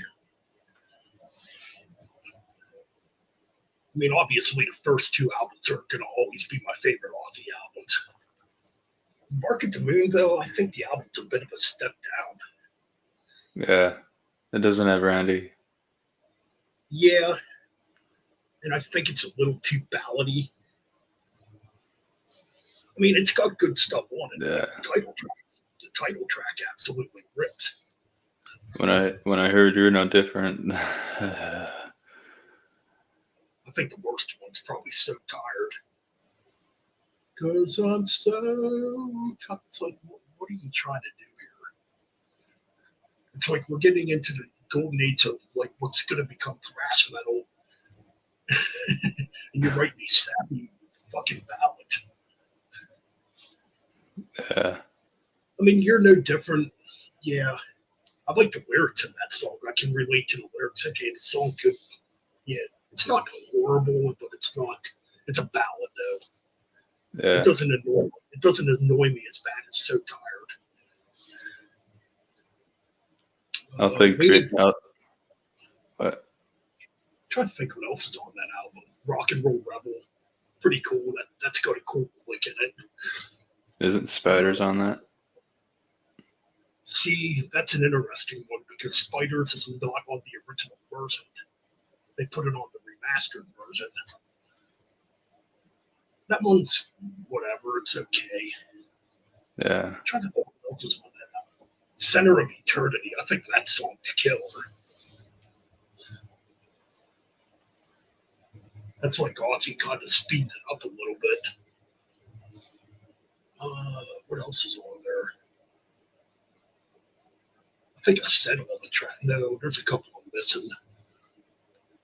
Waiting Through Darkness. That's a pretty cool song. So yeah, it's not a bad album. It's definitely not my favorite album. No. In fact, I think Born Again's a way better album than Bark at the Moon. It's definitely a heavier, darker album. But no, I don't completely hate Bark at the Moon. It's kind of good you brought that up because I was thinking about the Ozzy discography. Yeah. Man, there's just a lot of albums. There's a lot of albums he put out I'm just not into. It's like I tried the last two and it doesn't do anything for me. Oh, Ordinary Man was terrible. The last one, it has a couple alright songs on it. I think I kind of overrated it last year when I reviewed it. No More Tears, even that album's kind of fallen off for me. I liked it back in the day, but I don't like it as much anymore. The only song on that I like is like Mr. Tinker Train. That's a cool one. The title track's still good too. I do like Desire. I think Desire is pretty good too. Again, my problem with Ozzy albums is there's too many ballads on them. Plus the auto tune. Well, especially nowadays, yeah. Yeah. Like an album I like is No Rest for the Wicked. That's probably his heaviest album. His heaviest song though is Thunder Underground. I do like that song, even though I'm not a big fan of Osmosis. Perry Mason's still pretty cool. I don't know. Again, it's like a couple heavy tracks, a bunch of ballads. And I get it. Ozzy was very influenced by the Beatles. Okay, I get that.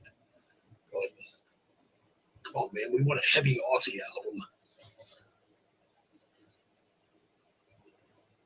Like there's bands out there that sound like Ozzy that are doing it better than what Ozzy's doing.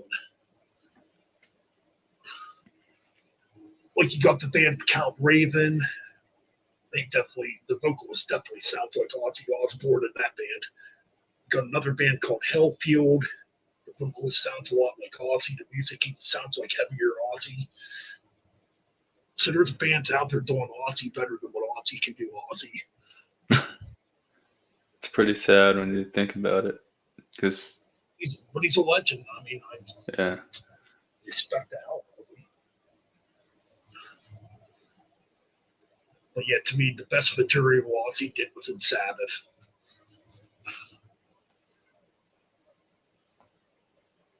Especially on the albums, especially with Sabotage. That was a killer album. well, I haven't heard Sabotage, but I've heard like parts of it. But Good album. I would say up to Volume 4. Volume 4 is good. Ooh, nice. I mean, I guess if you found it for $3, I'd probably pick it up too.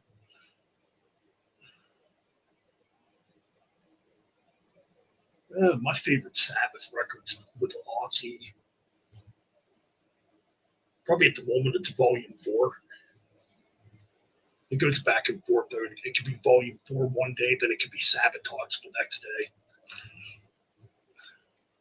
Anything past that isn't. Well, except for Heaven and Hell. But that's Heaven not. and Hell. That's a masterpiece.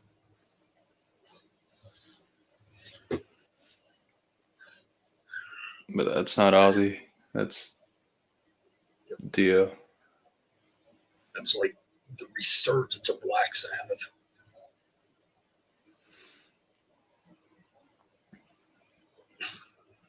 I can't believe somebody told me a long time ago, and I've talked about this a million times, well, you don't want to listen to them albums, they don't have Ozzy on them. I listen to it, I'm like, this shit's fucking good. I don't care if it don't have Ozzy or not, it's fucking good. The one era I can't stand is the ballady version of Sabbath. Which one is it? No Stranger to Love or something like that. Oh yeah, that was only one album though. Yeah. I can't stand Sabbath and ballads. Yeah, that one, that wasn't even supposed to be a Black Sabbath album originally. It was supposed to be a Tony Iommi, I think. Solo. Headless Cross. Yeah, Headless Cross is a cool album. It's one I need to, and it's very hard to find now.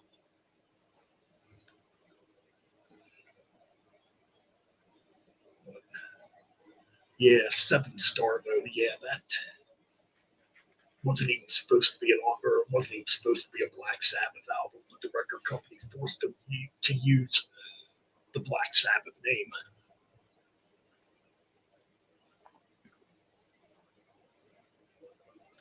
Controversial though, I think the best Black Sabbath album is Born Again. Call me nuts. I think that album freaking rules. Yeah, Trashed is an amazing song. Oh my god, that's like their heaviest. That's probably their heaviest album. Well, Even Dehumanizer was pretty heavy too. even though the production on Born Again is iffy. Yeah. I mean, I do remember buying it a long time ago on cassette tape and thinking, did I buy a warped cassette or is this the way it's supposed to sound? You know. That's what I thought too. I mean, Yeah. there was another album that threw me off too when I bought it on cassette a long time ago.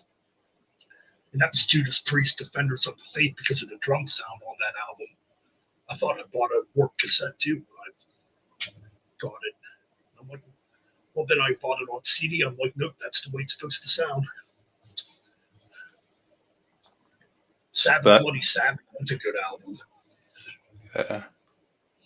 The song Sabbath, Bloody Sabbath is the vocals on that are, I don't know how to explain it. Crazy high. Yeah. Ozzy can never hit notes like that nowadays. I tried covering that, doing a vocal cover. Well, no, my one friend couldn't even do it. We used to play Sabbath, Bloody Sabbath, and he always struggled to do that high vocal part. And I told him, I'm like, you don't have to really sing it that way. You can try to sing it your way, so you're not fucking your voice up. That's the thing. Ozzy did some like crazy vocals on Sabbath, Bloody Sabbath, and Sabotage. That's like his probably most aggressive, his most aggressive style of vocals. If that makes sense. Yeah. Yeah, it does.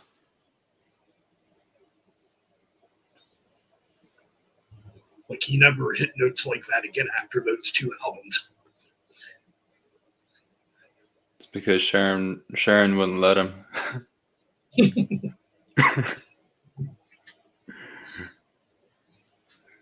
I really can't stand her.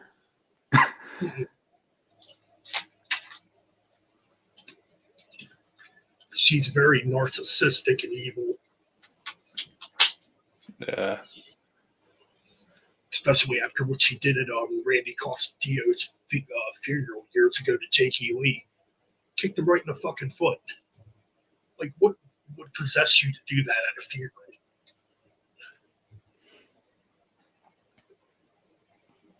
Yeah. Because there's bad blood between, there's still bad blood between Jakey Lee and Ozzy Osbourne and Sharon Osbourne. And yeah, at Randy Castillo's funeral, yeah, she walked up and literally kicked him right in the fucking leg as he's viewing Randy Castillo's casket.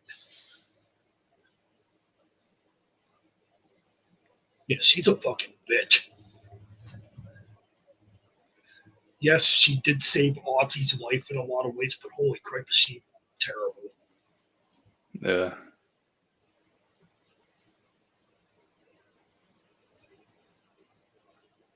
And that's why there's never been like a reissue of The Ultimate Sin, which is kind of weird because Bark the Moon's been reissued, but The Ultimate Sin has not been Well, Ozzy likes to act like that album never existed.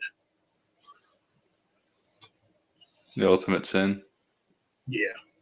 Which granted, okay, it's not the greatest Ozzy album.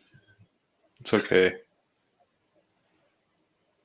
The No Fun Tour. I mean, Ultimate Sin, it has its moments. Yeah, thank God for the bomb. It's one of the better ones on there. But I'm trying to think what's on there. Killer of Giants. Killer of Giants is pretty cool. Never Know Why. Well, it's kind of whatever. What's that other track order? Is it Lightning Strike? Yeah, I think it is Lightning Strikes. That one's kind of cool. It has a really cool riff to it.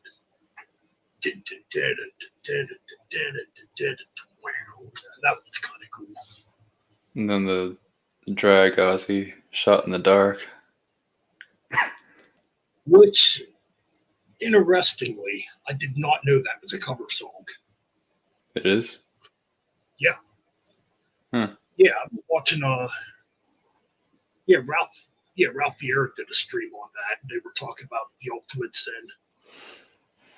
And they mentioned that, and I went up and looked up the original version. Yeah, it's a cover song. Like that song originally came out in 1983. I forget who did it though. I gotta look that up now.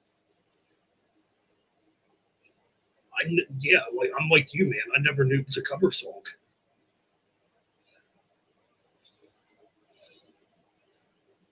Shot in the Dark.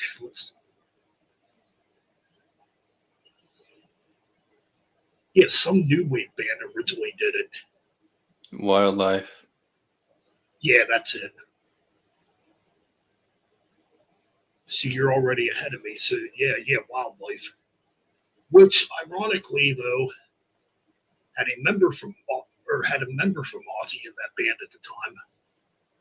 That Phil Suzanne, I think he was the bass player. Phil Susan. Yeah, Suzanne. Yeah, Phil Suzanne. Yeah, he's in Last in Line now. So I thought that was interesting because I never knew that. I just assumed it was an Ozzy track, and it's not. Yeah, Phil Susan is in Last in Line. Yeah, Kyle. I just found that out like a couple of weeks ago when I was watching Ralph Vieira stream because I never knew that. I'm usually pretty informative on what I know, but that one I did not know. Yeah, Ralph and I would get along, I think. Depends on. I don't know when, but he said he would come on one of my streams. I was surprised that Levi showed up. Well, I saw him on Facebook, and I figured I'd ask him if he wanted to join. Yeah. I'm like, yeah, we were just chatting. It was cool. Yeah. He seems like a smart dude. He's a good kid. I call him a kid. Listen to me. Hey, Wyatt, you're a kid. You got to figure I'm in my 40s. You guys are still in your 20s. So it's like, Well, he's gonna be 30, I guess. oh yeah, he did say that. Yeah. Now he does a lot of cool stuff on his channel, though. He's very in-depth and informative on his reviews. Yeah, he follows me on Instagram. Yep. He's a cool guy. It's kind of weird, though. It's weird how that works out. I've actually watched the Levi for probably 10 years. Because I used to watch wrestling reviewers on YouTube, too. And, well, he was a big-time wrestling reviewer at one time before getting really into, like, doing, like, heavy metal album reviews and stuff. So I probably found out about Levi's channel in 2013. Long time ago. So yeah, I've known about Levi for years. Then over time he subscribed to my channel and been on some live streams and kind of cool. But yeah. See if our boy Frederick shows up tonight. Maybe he won't show up. Yeah. Then the stream will be like a freaking 12-hour stream. Not what time is it anyway? Yeah, I'm probably gonna actually end the stream soon. Yeah, I might get off because I have to get up in the morning. Yeah, you know what? I think I'm just gonna end it now because it is quite late. I just realized we've been on for almost 3.5 hours. Yeah. Well, it was nice talking to you. Absolutely. Excellent stream tonight. Thanks to everybody that stopped by. And for now, definitely check out the Typo Negative retrospective I did if you guys haven't yet. All right, guys. Peace out. And we'll be back for more. All right, see you, Ben.